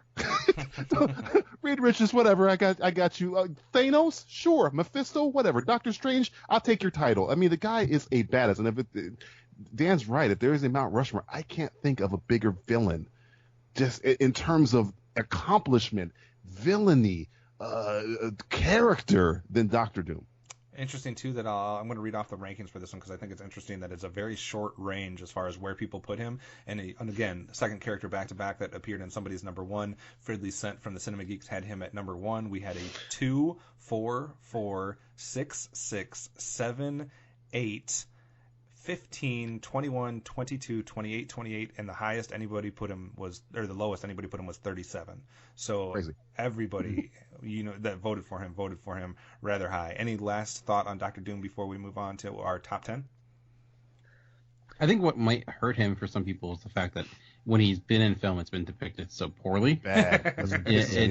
No one's come close to getting it right. So, like, that might be like people, Dr. Doom, he's an awful character, and I could see that if you watch Fantastic Four, any of them, movie-wise, why you would think that. But one day, hopefully, they'll get it right. One day.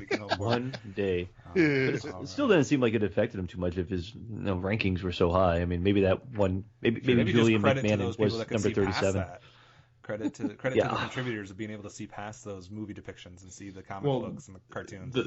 The movie depictions are horrid, but that's just hands down the only thing going against him. He's pretty solid in the fact that he was one of the only villains to make it to the 2099 universe, which even though that was bad, he was one of the few to make it. He's deserving.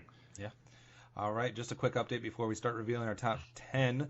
We have had 1 character from the 2000s so far today and 0 characters pre-1900. Let's start with our top 10 here. Our first character of the entire countdown that appeared on Two People's number 1.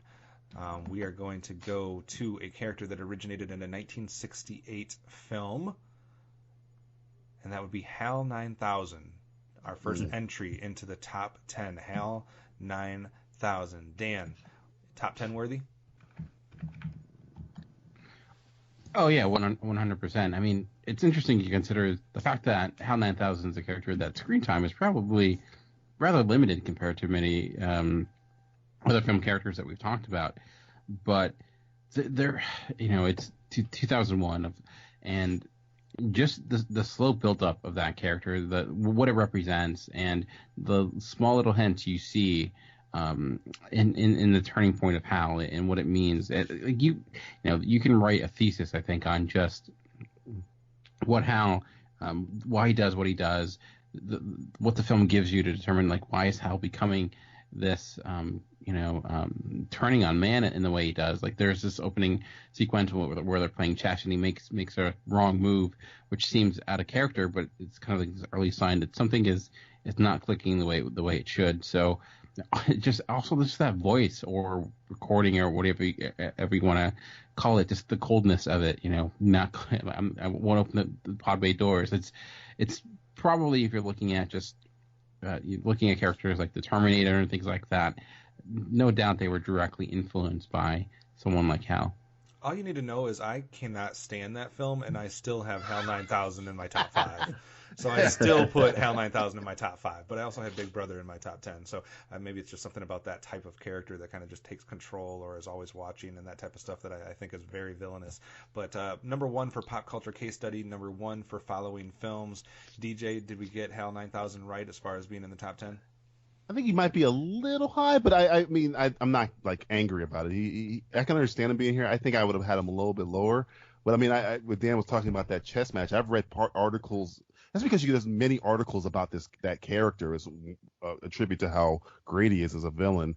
Is that the chess match he might have lost on purpose just to test the humans? I've read articles about that. The fact that he's essentially brought about by a contradiction. The mission is going contradictory to something else that they programmed him, makes him into this. I have to get rid of the humans, Dave. That thing it's and the soothingness of his voice. When I hear Brainiac on the Superman the Animated Series, the way, I forget the actor who does him, who I think he's passed away now, but it always harkens me. It makes me automatically think of HAL 9000 and the lip reading scene, the stuff that he does in the movie, and the Daisy, all that stuff. He is very recognizable, and the moments he has are gonna. I don't want to say iconic, but they are pretty iconic. Steve, any thoughts on HAL 9000 appearing right here? I don't particularly care for the movie, but that's one of the iconic film villains of the last 50 years, so it's very deserving of being on this list. I had it on my list, even though it's not one film I'm very fond of, but it's still very iconic. Yeah, and I think just the type of villain it is and kind of the power that he holds and kind of the way that is something you hadn't really seen in film at that point. I don't think. Matt, what do you think of HAL 9000? I like him right here because it's such a simplistic, it's AI, but it's just a red dot, and it's like how much power one red dot has over the fate of all these people on the spacecraft.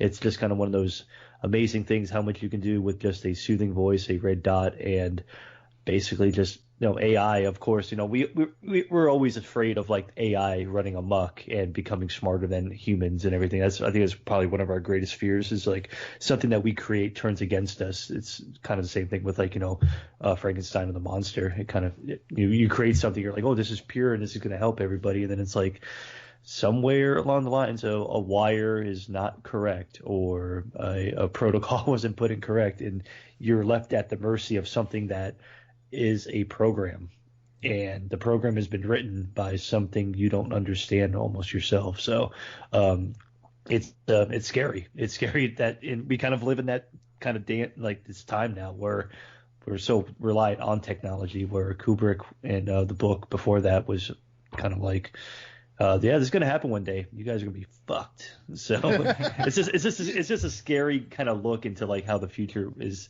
It hasn't happened so bad yet, but it could happen. Give it time. Yeah, give it time. There's still time. Interesting too to the kinds of villains that we've seen so far. We've had those more beast animal, like instinctual ones. We've had some more technological ones, some more just downright evil, like as far as killing people type ones. So a lot of different types showing up here. DJ, should people that were holding out hope that GLaDOS would appear in the countdown give up at this point? Yeah, give up. I'm sorry. Cake was a lie. Sorry. Another thing that we've seen so far in this episode, we've seen a few big franchises represented. We've seen Alien and Star Wars and Terminator all show up with representation here. We're going to get 2 of those back-to-back, 2 big franchises back-to-back, and I'm interested to see what your guys' reactions to that would be. We're into the 1,250-point range. This next character, 72% of the contributors had this individual on their list. I am surprised that it was that high. 72%. We're going to go to the world of Star Trek. Not Star Wars, Star Trek. For Khan. Yeah, I knew. So Khan at number 9. 72% of people found a way. I didn't think there was that much universal love for Star Trek. I had Khan, obviously, because I'm a huge Trek fan, but I didn't think it would be that high. 72%. Steve, what do you think of Khan showing up here in the top 10? I think he's very deserving of it. Being that I had him in my top 5, and this is going with the Ricardo Montalban version, not the Benedict Cumberbatch Crybaby Fest. We have the real Khan where he's taken command of a starship and been, stuck on CD Alpha 5, where most of his comrades are killed by the environment because of the planet or the star exploding. But yes, getting my Trek history out there. But no, I mean, Khan is just this ruthless, overarching dick in like the Star Trek universe that Kirk was like, I should have killed this guy years ago, and it's coming back to haunting me now. And it's just it's humorous just to see the fact that this guy that is just tears up the Enterprise, manages to kill Spock, sets off the Genesis weapon, just a chain reaction of bad decision making on Kirk's behalf is attacking him, and this one character from the original series. Yeah. Absolutely, definitely one of the most iconic Star Trek villains. One thing, though, about this one is, unlike what I read off for Doctor Doom, where everybody was 1 through 37, we were all over the board when it came to Khan. 70s, 50s, 30s, 20s, top 10, 40s, 60s, everywhere. People had Khan all over the map. DJ, is he deserving of being in the top 10? Save yesterday, Captain. Of course! It's Khan, man. It's Khan. It's a con man. It's a con man. This is City Alpha 5. I mean, come on. There's in the entire William Shatner series, the original Generation series, Khan is it. It's him in Wales. That's it. I mean, maybe Christopher Plummer a little bit, but it's Khan. And the fact that he in Wales. But that's the fact. I mean, and I'm in the minority. I'm not against the whole Benedict Cumberbatch thing, but I mean, Ricardo Montalban is the superior Khan. But Khan is so good. He's Shakespearean. He's got Moby Dick on a bookcase. Speaking of another villain, because he's stuck on revenge. He wants revenge to avenge my loved one, my wife. That stuff is so good. And he's not even in a scene with Kirk. And it feels like there are many scenes with them together, and they're never together in the whole movie, ever. But every line he has is almost like it's like poetry, and the way he kind of essentially wins, he gets his revenge on Kirk by taking out the thing. I will do more than just kill you, Kirk. I will hurt you. He's so good. He's such. I think of all the Star Trek characters of all time, he's always going to be my favorite because he comes from a place of understanding. I understand where he's coming from, though his character on the TV show is a little bit different. But I think in the movie you kind of feel for him. His wife died. Why didn't Kirk go check on him? He didn't bother to check on progress. Why? Why didn't he go and do send stuff? No, he just put this big black book in there, like, hey, you're not allowed to go to this planet. Thanks, Kirk.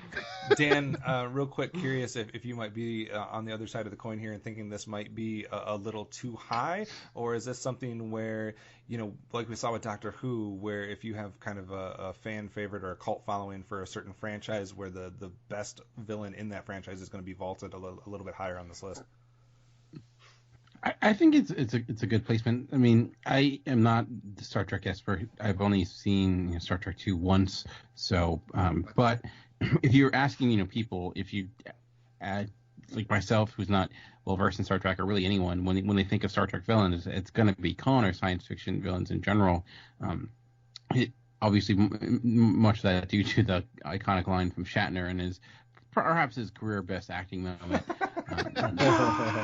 Which buried alive. So, and like he also, again, looking at a character that does succeed and in a way, and how his actions do lead to such a touching moment in Star Trek too. So I do think he's worthy for this list, because Star Trek doesn't have, I mean, it has some great villains, but it's one that certainly stood the test of time, so much so that they try to recreate it in a way. So I think it's definitely a good placement. I can't really argue against it. Not that I want to, but so. Matt, what do you think as far as is Khan more worthy than the Borg as far as being higher on the list? I think just for people know Khan. You say the name Khan, and people are like, "Oh yeah, I know Khan." Even if you've never even seen Star Trek, you're like, "Oh yeah, that guy that killed Spock, right?" It's like, "Oh yeah, it's that guy." So even just the Borg is a little bit more of a deeper cut, I think. I mean, it's the Borg. I almost said the Barge. Actually, that was almost the Barge. He's a villain. It's like the Borg is more of a bigger threat, because it's kind of like it's such a big thing, whereas Khan is basically just like it's Kirk's Joker in a way. It's his but it's also something that Kirk created. So Kirk could have did the right thing and let Khan not have all the bad shit happen to him, and there wouldn't have been Wrath of Khan or anything like that. But at the end of the day, it's like, just out of all the Star Trek villains, I can't think of anybody. Science fiction in general too. Just that name is such a name that, and the look is iconic. Ricardo Montalban's look, it's so kind of it's so goofy, but at the same time, it's like, this guy's got style. I like that hair, man. It's like he's like a science fiction Mad Max villain type thing. So. Absolutely.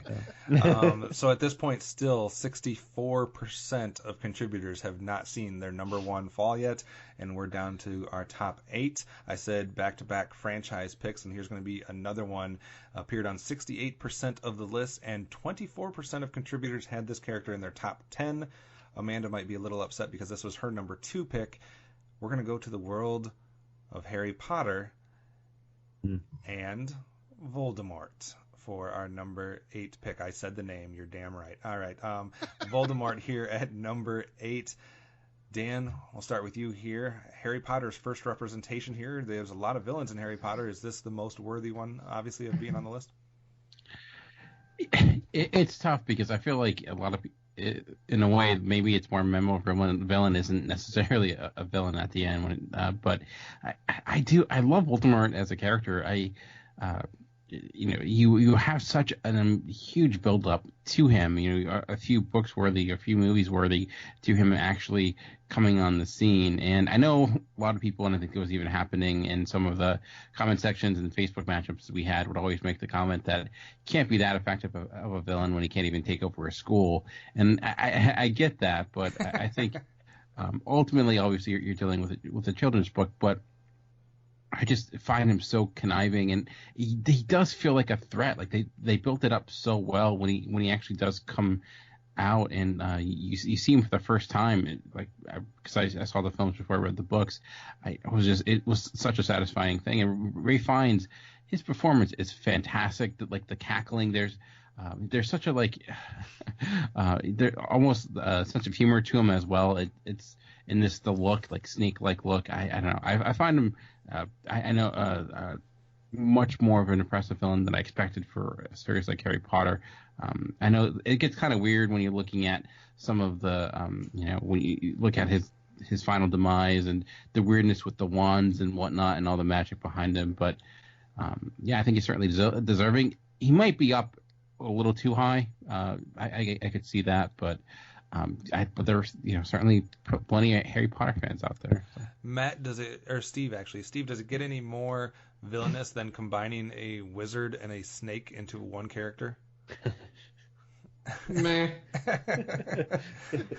I think that there were better villains than him for the top 10. I mean, I agree he should be at the top 100, but I don't know top 10. Yes, he's one of a part of the rabid Harry Potter fan base, but the same token, he keeps getting beaten by a child, and he has his lackeys, and he's gotten his basically force lightning back to himself, and he has to live as a wart on different people for a number of years that he can occasionally like lean over and do like the almost Men in Black 2 thing with Johnny Knoxville, like talking to the person that's hosting him. So okay, so Steve's not gonna be friending any Harry Potter fans clearly in this discussion. DJ, what do you think of Voldemort? The main you might not want to come to me because I'm right with. I'm not a Harry Potter fan either.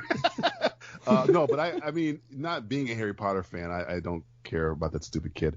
But Voldemort, I know he's how iconic and important he is, and I mean, taking everything away in a vacuum, his look is great.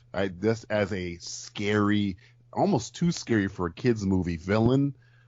It starts like you guys were saying, it gets confusing in the plot, and I don't really give a shit about Tom Riddle, all that stuff. I don't really care. But again, I cannot be a fan of Harry Potter and Voldemort, but still respect the fact that he's on here. I understand him being on there because Harry Potter is not no fringe franchise. It's one of the biggest franchises of all time, and he is the Sauron of that franchise. So I understand him being here.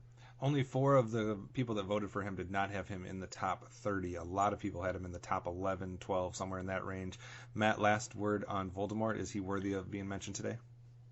Not today. I mean, in the Harry Potter universe, which I'm not even a fan of, but there are, in my opinion, better villains. I mean, Dolores Umbridge is probably scarier just in terms of like a person. You're like, damn, this bitch could run my school. This is bad. This is horrible. And she was an awful person to like kids, like doing like this guy's got magic and stuff like that. She's got magic too, but it's like torturing kids because you don't tell them the truth. It's like very like kind of like Trunchbull kind of esque, but like Trunchbull with magic a little bit.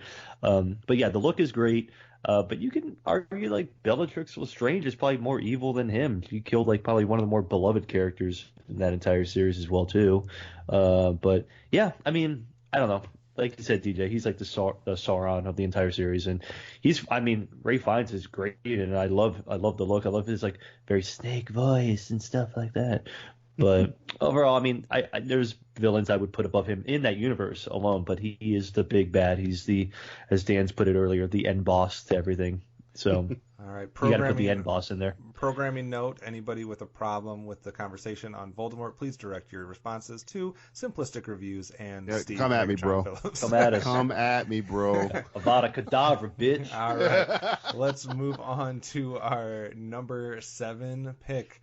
Still have 64% of people's number ones that have not been mentioned, and that's going to continue because no number 1 here. Number 7 from the novel from 1959, maybe better known in the film, Norman Bates. 76%. That's the highest we've gotten so far. 76% of people voted for Norman Bates. DJ, more positive on him showing up in the top 10? Yeah, I almost forgot about him. But as soon as you said it, I was like, oh, shit, of course, Norman fucking Bates. he's I mean, that we've been battling around the word iconic, but I mean, in cinema history, and maybe the history of anything that's been in entertainment, that shower scene it's not rivaled by anything. I mean, come on. I mean, though as a character, Norman Bates is almost like a victim that his mind is warped by his mother that turns him into this thing. But yeah, Norman. I mean, which is funny because I think in the sequel he's a good guy, which is weird. But no, but I mean, Norman Bates. You say the name, it's Psycho is one of the greatest horror films of all time. Norman Bates has to be on this list. I didn't even think about it until you said, and I was like, man, why did I leave a blank spot for him? He has to be here. Only 3 people had him in the top 10, which is where he ends up. So how did he get here? Because of 76% of people voting for him. So a lot of universal, at least recognition that he deserves to be on this list somewhere. Dan, a lot of people said Voldemort at number 8 is too high. Is number 7 too high for Norman Bates?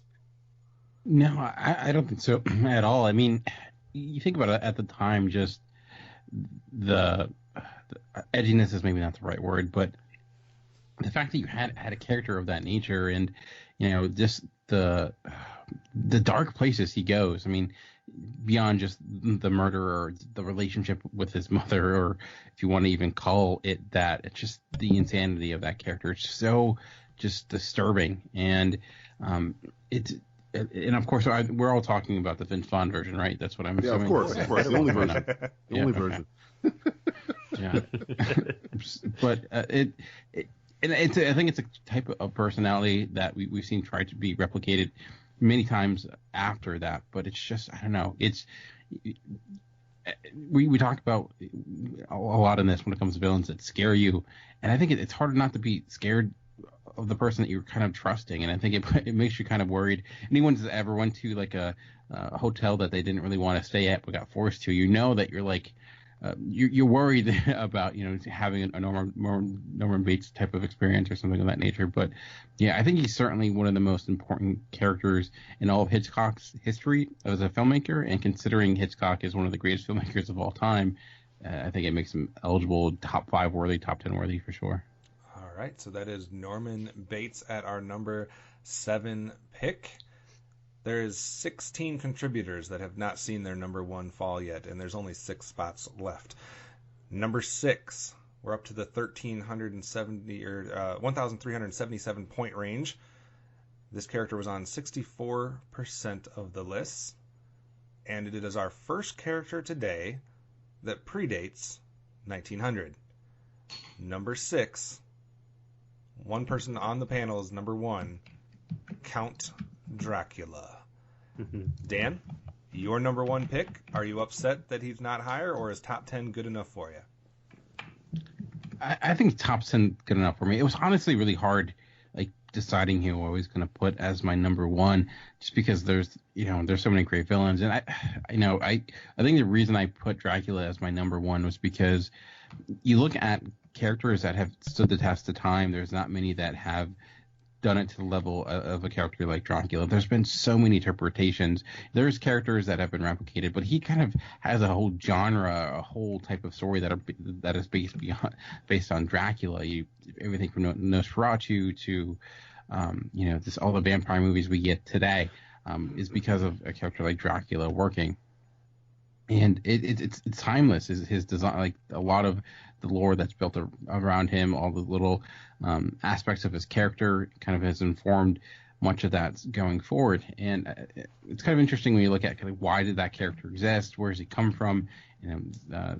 Is it get into our fear of death? Does it get into the idea of immortality in the way that it impacts us? So I think all those elements made me want to put him as my number 1 character, because it's hard to have a resume that stacks up against someone like Dracula, where there may be probably more entertaining villains, and there've been a lot of bad versions of Dracula as well. There's been interpretations where he's linked, I think it was a Dracula 2000, made him into, he was actually Judas, and that's why he had so many issues with the cross and how silver would impact him and stuff like that. So there's been all different ways to kind of go at him and his mythology. But yeah, I think I'm happy that he's here. Were you worried that your number 1 wasn't going to be listed? I was a little concerned because, like I said, there's been so many bad versions of the character, and he's been, parodied so much. It's hard to even view him as a villain anymore, because it's really kind of hard to take him seriously. I could see that, because it's vampires are not what they once were, but if you go back and watch like Nosferatu, I know still today that interpretation freaks the hell out of me. So 36% of people that voted had him in the top 10, so a lot of agreement there. DJ, does being played by the likes of Bela Lugosi and Christopher Lee help his criteria there? Sure, I was hoping that. I mean, he's not as villainous as Edward Cullen. But no, I'm just playing. I think that the fact that he's such an Dan has, I think, hit the nail on the head where because there's so many interpretations of the character. I mean, Sean Astin's dressed like Dracula. It's the number one costume in Stranger Things season 2. I mean, it's the number one Halloween costume probably of all time. He's kind of lost some of the scariness to him, but I think when he first Nosferatu first came out, even Bram Stoker's Dracula, he was a lot more scary, and the creature of the night. But now I think in terms of millennials, Matthew, only me? Come on. Yeah, only you. That I know how much you love millennials. That they don't look at Dracula as scary, but I mean, when Dracula hit the scene, he was frightening. He was a thing of nightmares. So, but I just think time is kind of wearing on his villainy a bit. But I mean, again, I have no problem with him being this high because he is the name. That Dracula. Find somebody who doesn't know who Dracula is. Find somebody. Go ahead. Yeah, that's true. Steve, any thoughts on Dracula? No, he's definitely deserving of this list. Matt, agree? Yeah, I'm on board. And just knowing what he's based off of, Vlad the Impaler and things like that, just talk about a real historical villain right there, too. So, and just as iconic, Bela Lugosi, hear them creatures of the night. It's over the top, but at the same time, it's unnerving what he did. And then if you look at Nosferatu with Count Orlok and stuff like that, just the look of like that vampire, and then the movie Silence, and it's just like him looking up from the bed after he feasted on the woman and everything like that. It's like, and it's like that's nightmare fuel right there. And like you guys have said, it's something that stood the test of time for over 100 years at this point, and it's still being used to this day. So kudos. Absolutely. Time for our top 5, and our number 5 pick has a lot in common with our number 6 pick that we just talked about. They both appeared on 64% of the contributors list. Also, they both appeared on 36% of contributors' top 10. They also both predate the 1900s. So we have Count Dracula at 6, and at number 5, we have Professor Moriarty from Sherlock Holmes and Sir Arthur Conan Doyle. So Professor Moriarty just beating out Count Dracula, even though a lot of their numbers were very similar, just edged him out by about 12 points. So very, very small margin here that Moriarty beats Dracula. DJ, we'll start with you. What do you think of Professor Moriarty being in the top 5? It's fitting. I mean, Sherlock Holmes could arguably be the first superhero, and his number one arch nemesis is this guy, Professor Moriarty, who can outthink Sherlock Holmes. I mean, Sherlock Holmes' name is synonymous. Well, you're smart. We use some kind of Sherlock Holmes, and this guy's outthinking that guy. So yeah, I mean, Professor Moriarty. I think the word diabolical was written with, or that word came up with him in mind. He just does everything he can, sometimes just to fuck with Sherlock Holmes. I mean, Moriarty, and it's funny because I'm probably in the minority. The Guy Ritchie Sherlock Holmes, I really loved what Jared Harris did with Moriarty. I'm more of a fan of Jared Harris's interpretation of Moriarty than I forget the name of the actor who played him in the Benedict Cumberbatch version. Though it's a different, more updated version, it's just Jared Harris. It's almost like Sherlock Holmes is not even like a challenger. He's just like a gnat, like a nuisance. Like, oh, I got to get rid of this super genius. So Moriarty, I think, needs to be on here just because a lot of villains, when it comes to like Lex Luthor and Doctor Doom, diabolical, mustache twirlers and stuff like that, I think owe a lot to Moriarty. Matt, is it just the number of times that we've seen Moriarty adapted in different things, television, movies, etc.? Because he only appeared in 2 books as far as the Sherlock Holmes series, a very minor character in the books for much of it, and then kind of created as somewhat of an arch nemesis to combat Sherlock Holmes. What do you think of him showing up here at number 5? I think people like the idea of seeing the yin to somebody's yang. It's like when you have like the most virtuous of somebody, like a really, really good guy, but then you have like somebody who's like on his polar opposite, but who's just as smart, almost just as powerful, but just has the complete opposite intentions all the time. I think that really draws a lot of people into seeing like the virtuous of the virtuous and the most evil of evil. And I think we're going to see, down in the next 4 picks, somebody very comparable to Moriarty as well. But yeah, to DJ's point, the Jared Harris version, I'm not even the biggest fan of Sherlock Holmes, the Guy Ritchie one. DJ, sorry, but it's like I like Jared Harris though. I think he's a great actor, and he just seems bothered. He's like, Robert Downey Jr., you're exhausting me. Can you just stop? Cut the shit, dude. Like I'm over this right now. And to see like it's still back-to-back characters that have stood the test of time. And to your point, Kev, like he wasn't in a lot of books, but he's almost like he's like Blofeld too, where he's always kind of in the back. His machinations, like almost like Palpatine in a lot of ways. Like he sets up all these little things that are behind the scenes, but then he comes out and he's like, got you, bitch, kind of thing. So, I love that in a character. Steve, is Moriarty top 10 worthy? Definitely. One of my main introductions to the character was not only the Guy Ritchie movie with Robert Downey Jr. in it, but where he was just I loved the how they bantered and how the portrayal of the character in that and how he was outthinking Sherlock Holmes. But just from classic literature and the fact that he's still prominent today is one of those go-tos. I mean, he even was a holodeck character in the next generation of Star Trek and took over the Enterprise. So, I mean, he's still pretty slick to be used in pop culture even today. So I definitely think that he's well deserving of where he's at. Interesting that 4 people actually had him ranked at exactly number 5, which is where he ends up. And Dan, you were one of them, so I'm assuming you're fine with his position here. I think it's a little too high, honestly.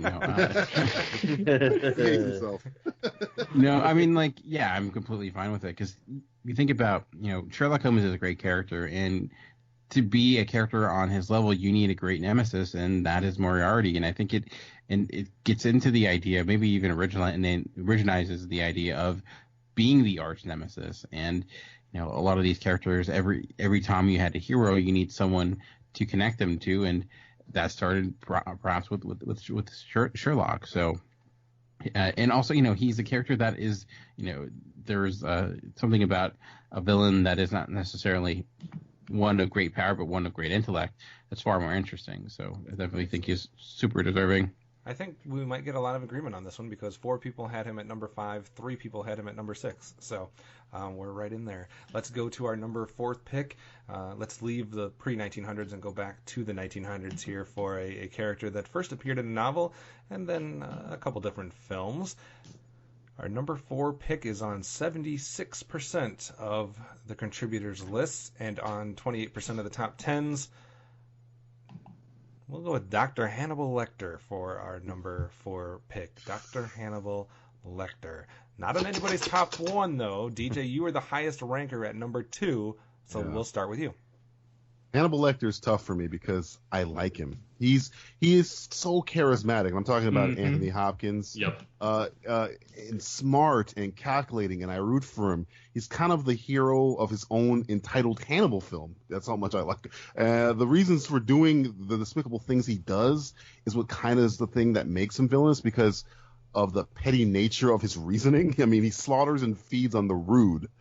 He plays mind games with the doe-eyed Clarice because it pleases him. But because he's captivated by her cleverness, it kind of catches him off guard. But again, is there anyone who, at the end of Silence of the Lambs, is not rooting for him to catch Chilton? I mean, thank God, get Chilton, get him. I mean, is anyone not rooting for him to get out of Mason Verger's clutches or not chuckling when he's eating Ray Liotta's brains? I mean, he's a bad guy. He's a terrific villain, and maybe because he's so good at manipulating everybody around him is why I like him so much.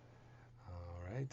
Steve, let's go to you. You also had him in your top 20. Are you fine with him being all the way up here at number 4? Oh yeah, definitely. He's pretty not only iconic, but I love the portrayal by Anthony Hopkins. Anthony Hopkins, pretty much any role he touches is gold.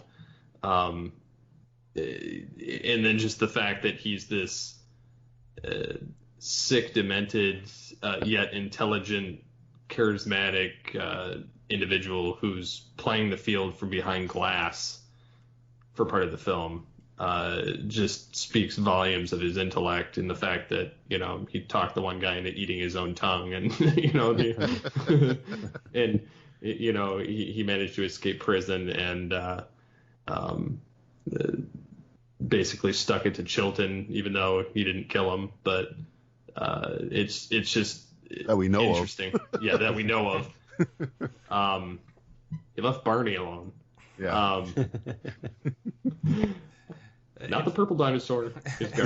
Another interesting thing about Dr. Hannibal Lecter here is 76% of the list, also 76% of the people that voted for, or 76% of the contributors had him in the top 50. So every single person that voted for him had him in the top 50. Most people had him in the top 20. Dan, no surprise here to see Dr. Hannibal Lecter show up here in the top 10? Oh, none whatsoever. And I know it may be sacrilegious, but I actually think my favorite version of the character is the actual television show and Matt Mikkelsen's performance of it. And it helps that he gets much more time with the character, and I just think he portrays it in a very different way. You don't see the viciousness up front as much. It eventually gets there, but you get a little bit more of the human side and understanding of where this character is coming from. There's no denying, Anthony Hopkins' performance is legendary, but I thought the television show, which is highly underrated, and I was surprised it lasted as long as it did, but it's really worthy of discussion as well. Is one reason I ranked him as high as I did as well, but not just because of the film, but you see that there is a lot to that character that can be mined based on that television show and the movie as well. Well, movies and book. So, but yeah, when we were doing this list, to me, he was a shoo-in for top 10 for certain.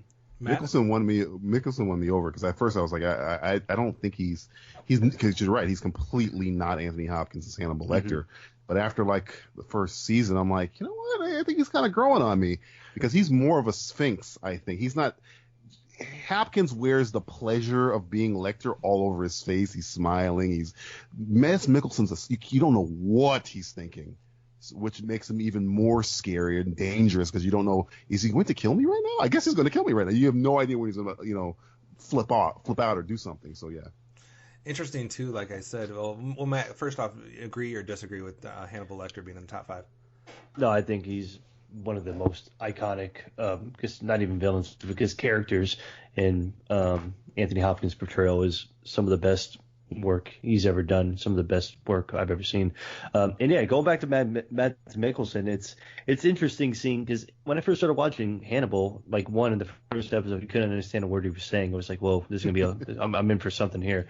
But then it got better, and his kind of like him playing off of a Will Graham in there, because I've always liked, I don't know, call me an idiot or something like that, but I like Red Dragon a lot. I think Red Dragon is really, really good. I do too. I like the complexity he has with Will Graham and with Edward Norton there. I like their banter back and forth. It's way different than him and Clarice. Clarice is like this real like sexual tension, and there's like a relationship building there, whereas it's kind of like a Moriarty and Sherlock Holmes kind of going back and forth. It's a battle of wills in Red Dragon for me a little bit, but you've had, and of course you have Brian Cox. I think that's. Yeah. I think Manhunter's an underrated Michael Mann movie as well too, which is basically just Red Dragon, of course. But I like Brian Cox and his limited. I like Brian Cox in general. But yeah, it's funny how different characters have they've given their own little thing to Hannibal Lecter. But at the end of the day, Anthony Hopkins reigns supreme. But I think everybody has put their mark on the character in their own like cool way, and just overall, it's just a character that's gonna live forever, and it can be redone hopefully in a good way at some point, maybe. I don't know. Interesting thing here, because our number 4 and our number 3, every single person that ranked our number 4 and every single person that ranked our number 3 had them in the top 50, which is not going to be true for our number 2 and number 1, because there was people that ranked the number 1 and number 2 on the other side of the 50 mark. So that's kind of interesting. Still 15 contributors have not seen their number one fall, and there's only 3 spots left. So that is interesting as well. Our number 3 pick, and I think most people will probably be able to narrow down who's left, but maybe not the order. Our number 3 pick is on 84% of the list. 84% of people voted for Freddy Krueger. Freddy Krueger is our number 3.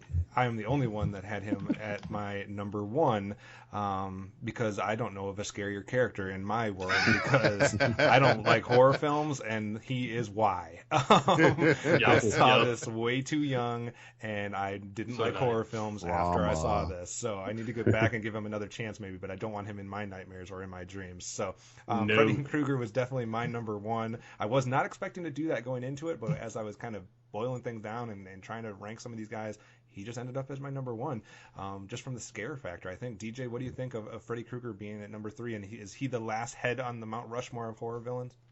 Hey guys, you like sleep? I like sleep, and more importantly, I need sleep. And Matt can tell you, we've had many discussions about horror villains, and typically our rankings come down to how difficult is it to avoid said monster. And there is no fucking way to avoid Freddy Krueger. It's a waiting game. It's just like just get that he's got to hypnosis watch. on you, you're fine. After this show, he might show up. I have no idea. I mean, he not only preys on your fear, he catches and kills you when you're at your most vulnerable. On top of that, he's clever, he's funny, and has one of the most iconic weapons in not only horror movie history, but like in cinema in general. That shot of Nancy in the bathtub. Is it Nancy in the bathtub? I'm pretty sure. With the clawed hand emerging from the water still gives me. I don't take baths because Please of that. Please don't talk about it. Yeah, shower. Only for now. That's it. He's not just on my Mount Rushmore of horror villains. If there was a totem pole, Freddy Krueger would be on the top in terms of horror. Matthew, any disagreement with him being at number 3 here? I like Freddy Krueger a lot. I'm going to disagree a little bit, and it's going to be mainly because of how goofy he got later on in some of the later films. Remember, I've only seen the first film. I'm just kidding. Okay. I've seen check out Dream Warriors. Check out Dream Warriors and Dream Child, dude. You know what I mean? And I mean, it had so many ebbs and flows. Like at least with things like Jason, it stayed consistent, but then he got magic and he became magical, and that whole thing flew out the window too. But Freddy Krueger in the first one, yes, I mean, by all means, it's like this guy gets you in your dreams. Like I'm sleeping, I'm supposed to be in my place of bliss, and it's like this guy with a knife hand is coming out and his arms stretch out, and then I have gooey stairs that I can't run up, and he's jumping through windows, and I'm getting sucked into my bed and thrown out with blood everywhere. But at the end of the day, I mean, in terms of his horror villains, the sweater, the hat. Oh, and by the way, yeah, he's a child killer, child rapist too. So that really puts him on the list for me, just in terms of sadisticness and his being a cruel person. But yeah, I mean, that puts him up high for me. But he does get so goofy at some of the movies. Welcome to Primetime, bitch, which I love. Come on. But come on. You laugh at it. You love it. I love it. It's goofy. Steve, is this the deserving of the highest ranking horror villain? Oh, I definitely think so. This one terrified me as a kid for months. I saw this way too young. And, that and the scenes where like it's later type stuff where it's I saw it with the Crypt Keeper too, like where they intermix some of that stuff, so it was just even worse for me as a kid. So that this one has been one that's traumatized me for a long time when I was a kid. So yeah, I know that I was right in putting him as my number 1 because during DJ and Matt's just talking about it, I got the chills like 4 times and my whole body was shaking. So I watched the trailer for Ready Player One, and he shows up in the trailer. I'm like, oh my god, that's Freddy Krueger. Dan, what do you think of Freddy Krueger coming in here at number 3? Well, there's no denying like he's a villain, obviously, because there's some characters we talked about. Like, is he a villain? Is he not? Like, I don't, there's no debate when it comes to Freddy Krueger. He checks off all the evil elements, and yeah, I think he would. Looking at the genre of horror, I would say he probably is the best villain of that genre, and considering the amount of horror villains we've seen, he deserves to be up this high. Matt is right. He does get kind of goofy and more comedic as the movies go on. But I think that it ends up giving him a lot of personality as well. So maybe he ends up being less scary. But oddly, I think honestly, my first experience with Freddy was obviously not with Freddy Krueger in the movies, but the Simpsons parody of Freddy Krueger. But you also know you're doing something right when Simpsons puts you in the world of the Treehouse of Horror back when it was good, not when it was whatever it is now. But so. And also just a note to our contributors, the 4 people that left Freddy Krueger off of their top 100, I would like an explanation. All right, let's go to, remember, 14 contributors' number 1 pick have not been talked about yet, and there's only 2 picks left. Number 2 pick on 84%, which means 4 people, again, did not vote for our number 2 pick.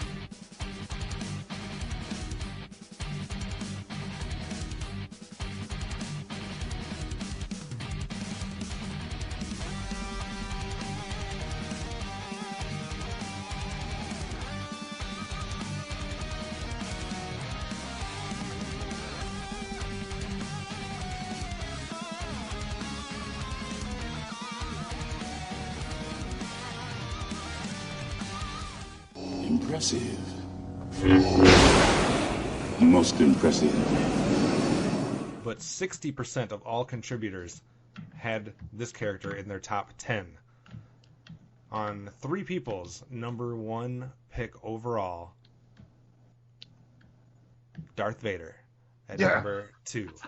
Darth Vader at number 2. That's it. I know who's number 1. 3 people had this character in number 1. Like I said, 15 people had Darth Vader in the top 10. DJ, is Darth Vader deserving to be up this high at number 2? The prequels kind of sullied this character and with sand diatribes and creepy sexual tension, but I think Rogue One is the film's the biggest achievement of Rogue One was to remind us how scary, how truly very scary Darth Vader really is. I mean, especially in that horrific murder scene. And I'm not, that's not an action scene. That's a murder scene. And I personally like Empire Vader, Empire Strikes Back Vader, who was clever and kind of funny and killed underlings with the Force without a second thought through view screens, for crying out loud. But even at this character's weakest state, Anakin Skywalker Vader, say it with me, murdered a bunch of unsuspecting children. And also he strangled the love of his life. Oh, and also killed his best friend and committed Tusken genocide, tortured his daughter and his future son-in-law, cut off his son's hand just to persuade him to join his side. I mean, that's leaving out his appearance, which from the moment you see him on the screen screams, this is the fucking bad guy. But he did murder his Force daddy, so. That's also true. All right, going through the rankings here of Darth Vader. 1, 1, 1, 2, 2, 2, 2, 3, 3, 3. Binary. 6, 9, 9, and a 5, I forgot. Dan, what do you think, Darth Vader at number 2? I thought he'd be number 1. I think I was hoping he'd be number 1. He was who I was rooting for, but hey, he's number 2. Just he's got everything. He's got the look, the voice, the power, the impact. He is the ultimate villain in so many ways. He's even like in the comics, he ends up getting these evil versions of R2D2 and C-3PO, and they're amazing. They're dynamic. It just shows you he still has that love of building robots, but in a more demented sense, in a way. So to me, I mean, putting the fact that, yes, he was portrayed by Andy Christensen in some rather non-complimentary sequences in the prequels, but still, ultimately, he's still Darth Vader, even with the nose and everything George Lucas has done to try to kill that character. But at least, though, there is an element of redemption with him. Maybe that's why someone would put other villains ahead of him, so I guess you can argue that. And Star Wars is his story. Like Star Wars is the story of Darth Vader. At least the first. Yeah. And let's not forget that Anakin Skywalker is not Darth Vader. I mean, they are, but he doesn't become Darth Vader until a certain point. So let's not judge him based on Hayden Christensen. Well, Disney did deneuter him, so I do want again an explanation for people not putting Darth Vader in their top 100. I don't understand that whatsoever. What? Never seen Star Wars. Steve, what do you think of Darth Vader showing up here? Yeah, he definitely deserves it. People are crazy if they didn't put him in there. and again, like I said, with number 3 and 4, nobody had them lower than 50. We did have someone that had Darth Vader at 63, someone else at 48, and someone else at 46. So that's really what's hurting in Darth Vader a little bit. But continue your thought. Yeah, I mean, technically he should have been number 1, but just based on his iconic nature and the fact that he just kind of looks awesome in that suit, and then you add the fact that Rogue One just further added to his character, and skipping because I don't consider anything with Anakin Darth Vader because he didn't have the suit. I count him with the suit. So, I definitely am in favor of him being in the top 2. Matt, agree with everybody else, or are you going to be the dissenting voice on Darth Vader? Well, to the 4 people that had put him in the top 100, just like, no! It's like, I mean, it's either you haven't seen movies, or maybe you don't believe in movies. Maybe it's kind of like it's against your religion. I don't know. Maybe you're a Jedi and you're like, fuck Darth Vader. I don't really know, but it's kind of like this. There's nothing more iconic than the deep, the breathing, the black suit, the helmet, everything about the voice. James Earl Jones doing it all, and I mean, I think we can all agree that the whole Anakin Skywalker, that was pre-Vader. You just gotta watch that out of your head a little, watch that out of your mind a little bit. But yeah, there's nothing more iconic than that. The only thing I will say is that he does, as a villain, he's villainous, but then he's manipulated by another villain who you could say is maybe a little bit more evil than Darth Vader, but he throws him down a vent shaft, man. He does. He redeems himself, and then that could take it because he kind of becomes a good guy at the end of it too. So there's I like to think that he's not manipulated so much as he just is just allowing him to think he's in control. Like, I mean that's a good point. He does want you could be ruled together the galaxy as father and son. He's like, wants to kill this guy anyway, so he's like, go together, father and son. So I mean, I'm number 2. I mean, he's, you could argue that he's like, it's gonna be 1A and 1B. You know what I mean? Because it's that close. Aside from 4 people that don't like fun, I guess, or something. So, it seems like everybody. You're the villains. It seems like everybody thinks they know number 1. Let me remind that 11 people's number 1 has not shown up yet, and 3 of you are not going to see your number 1. So maybe that puts a little doubt in your mind. The number 1 character appeared on 92% of people's lists. 92%. Give it to me. 76% of people had this character in their top 10, and he was on 1, 2, 3, 4, 5, 6, 7, 8 people's number 1. How many people on the panel? That would be 3 of you, and that would be the Joker at number 1. Oh, yeah. Before we let these guys talk, Dan, because you and I were not the ones that had him at number 1. I actually had the Joker at 17. You had the Joker at number 9. So you're nuts. And 2 people did not vote for the Joker at all in the top 100. That's sick. Dan, you start this. Why is Joker deserving of number 1, or why was there 8 people more deserving in your mind? I'm outnumbered here, so I feel like I'll back you up.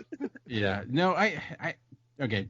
Let's start with the fact. Yes, Joker is certainly a great character and deserving top. Like he was in my top 10. But I think the reason I ranked some other characters ahead of him, obviously Dracula, because you're talking about a much different type of character, legacy-wise. But Magneto was my number 2, and I mentioned that because I found his dimension of a character a lot much more interesting in the stories you can tell. And I think where Joker's limitations are, if you want to call them limitations, is more so like there is no compassion for him as a character, minus a few stories. I mean, there's a Killing Joke where there is an element like the complete absence of humanity in a way may harm him in the sense of the stories you can tell. But ultimately, why it's important is because the way Joker is designed is obviously to be the arch nemesis of Batman, and when you have a character that is so bent on control and so bent on basically preparing and using his intellect to solve problems, when you have this enigma that you can never solve, that is unpreparable, who is able to kind of understand you in a way that you wish he couldn't. I think that certainly makes him super interesting, and why he's such a important character in the world of comics and now literature in general. Obviously, we've seen him portrayed in films twice very effectively, and he's a clown, and clowns are evil. And he's a human clown that's evil. So there you go. But so yeah, there's no denying. Like, I don't have an issue with him being number one. I think there's a lot of arguments you can make to why he deserves to be there. But for me, in the stories I like, I preferred a few other characters. Yeah, for me, I had the likes of Dracula, Palpatine, Hannibal, Moriarty, Terminator, HAL 9000, Borg, Darth Vader, Big Brother, and Freddy Krueger all ahead of Joker. But I did have the Joker as the number one comic book character on my list, so I have no problem with him being the top-rated comic book character. But I've never seen this much agreement as far as the top goes with a number one pick. So we'll continue this conversation with the people that are obviously happy, and the other people that had Joker number one: JT from Saskatoon, Real Films, Eduardo, Besotted Geek, Mild Mannered Movie Men, DJ, Matt, Steve, etc. So, and I forgot to mention, but the number ones for Darth Vader would have been also In Session Film and TV's Mr. Neil.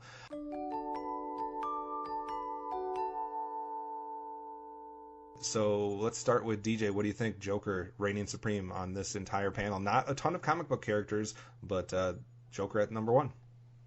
For me, the Joker has always been the answer to the question, what if the smartest guy in the room was also insane? Okay, he's one of the first villains I've seen disarm the hero by sadistically goading him to hurt and kill him because he knows his rules. He took the teeth out of Batman, arguably the greatest and most intimidating hero of all time, neutered by the Joker's madness. I mean, in terms of acting, you have a minimum of 3 versions of this character that are legendary, whether it's the Jack Nicholson Joker or the Heath Ledger Joker, the Mark Hamill Joker, all of them, every facet of them are amazing and captivating. And man, I mean, to this day, you can even add, even though he wasn't great, you're going to get great actors to play this role. Jared Leto is playing him now, and I mean, some people are kind of mixed on him, but this is a character that thespians want to play because there's such freedom in playing this guy. And for we're talking about how Lex Luthor stands up to Superman. For somebody like a clown to stand up to, literally, Batman is criminal nightmare, and the Joker is not afraid of him, and Batman can't kill him. It's just such a great dynamic they have in this character. I mean, when you ask me this question, I'm like, villain. Well, I know Joker's number one, so I need to figure out what the rest of them are, because Joker is that guy. So yeah, Joker is number one for me. Is perfect. Matt, I'll give you a second. Yeah, everything kind of DJ says. I mean, but to Dan's point a little bit too, I mean, there are some stories. I mean, The Killing Joke's a perfect example of like pseudo-humanizing the Joker, but at the same time, the Joker is a unreliable source for information, so you don't know if this is bullshit or not. So that makes it even more infuriating to some people. Like, what is this guy's motive? And there's no motive behind it. And even what was it? Grant Morrison even said to a certain degree that The Killing Joke in some ways could almost be like the final Batman Joker story as well too, for his certain reasons. And you also have Brian Azzarello writing Joker as well too, and you see everything told from like the perspective of a third party, seeing Joker at his most villainous and evil, picking up from Arkham and doing all the things he's doing, but then you see him in tender moments with like Harley Quinn and stuff like that. So it all depends what part of Joker you're looking at. I mean, but he's Moriarty. Even in some of the Scott Snyder stuff, it's like Joker is not just a person; it is people over the course of time. So it's just a ongoing villain. He's just a force, like kind of Anton Chigurh. He's a force of nature that can never be destroyed in any way, shape, or form, because there's always somebody else to kind of pick the mantle up for the Joker in a lot of ways. That's probably where the unreliableness comes from. So, but yeah, number one, obviously, I put him in there. So, Steve, final thoughts on the Joker? Houston, we have a problem. Yeah, obviously this was going to be my number one, not only because I enjoy voicing the character and because I host a Batman podcast, but because to me, Mark Hamill is the definitive Joker. Correct. Hands down. And when I first saw him in the DCAU and Batman the Animated Series back in the 90s, there was no doubt in my mind that this was the Joker. This was creepy. I saw Mask of the Phantasm when I was a kid, when it came out in theater, and it's just seeing all the different renditions. I mean, Cesar Romero, which was just the comical version, just really kind of dumbed down Joker, and then you've got Jack Nicholson as the kind of kooky 80s version, and then the Heath Ledger, why so serious? And then the Leto one that looks like he's a crackhead, and which I hate the Leto one. I hate the Jared Leto one. He's divisive, man. He's divisive. But for me, the Mark Hamill version has basically every Joker kind of rolled into one, with as aesthetically pleasing of a mug as you can get for the Joker. And then the fact that he got his own film dedicated to him in Return of the Joker for Batman Beyond to rampage another generation of Bat family and attacking Bruce again through proxy of one of his previous Robins. A disgrace to the name Joker. Why, in my day. So it's to me, this is like kind of hands down, like no matter what rendition of the Joker you're messing with, he's the only one smart enough to take down the Bat family as the way to hurt Batman himself. And even in Death of the Family or Death in the Family, either one, the Joker did the same thing by destabilizing Batman, by attacking his crime-fighting cohorts. So... Right, so yeah, that is our number one pick for the day. There's a lot of stuff to react to. There's a lot of stuff to digest here now that we've had all 100 picks revealed. There's a lot of statistics to go over and a lot of just things to discuss in general, but we're not going to do that now. We've been at it for 3 hours or so now, so we're going to save all of that for the wrap-up episode. So it's like, like all the shows do these days. It's like beyond the Stranger Things or whatever. It's like the after party thing that we're going to do. So if you want to hear what 3 number one picks did not appear anywhere in the top 100. If you want to hear the 25 closest to making the list, maybe 101 through 125 will reveal. If you want to get all the statistics breakdown and our overall thoughts on everything that transpired during this list and what surprised us and all that kind of jazz, tune in to the wrap-up show. We'll give you all of that. We need some time to digest everything that just happened, but we will be back with lots of thoughts. You can guarantee that. So and we'll also once again highlight all the people that contributed and give you their information as far as where you can go to find their stuff. DJ, Matt, Dan, and Steve, thanks for being on this marathon with me.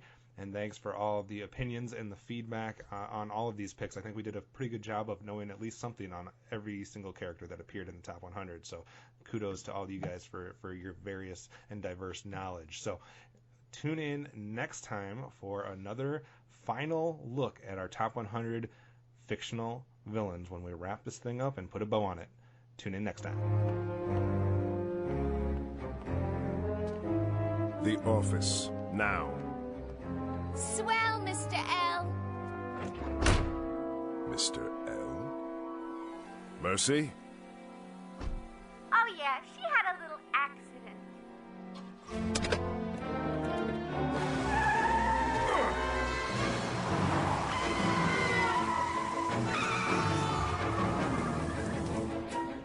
All right. right, Missy. I don't know what your game is, but I promise you, you'll pay dearly for this. You're dead, do you hear me? Blah, blah, blah. Whoa, Mama, check out the cute hitchhiker.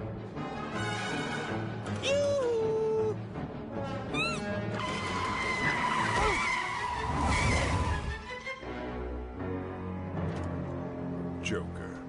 Lexi, old kid, do I have a deal for you? Am I going to do with you? You simply won't die. Oh, yes. I knew the Joker will show up at some point.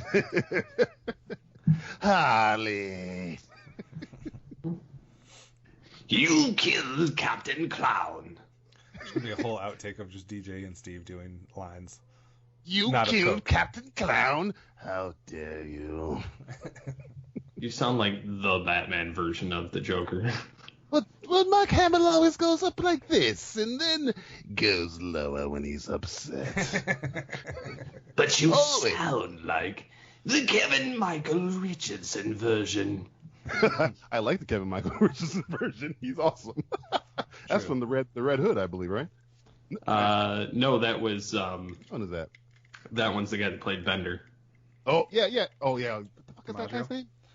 DiMaggio. Ah, brave new world that has such putzes in it.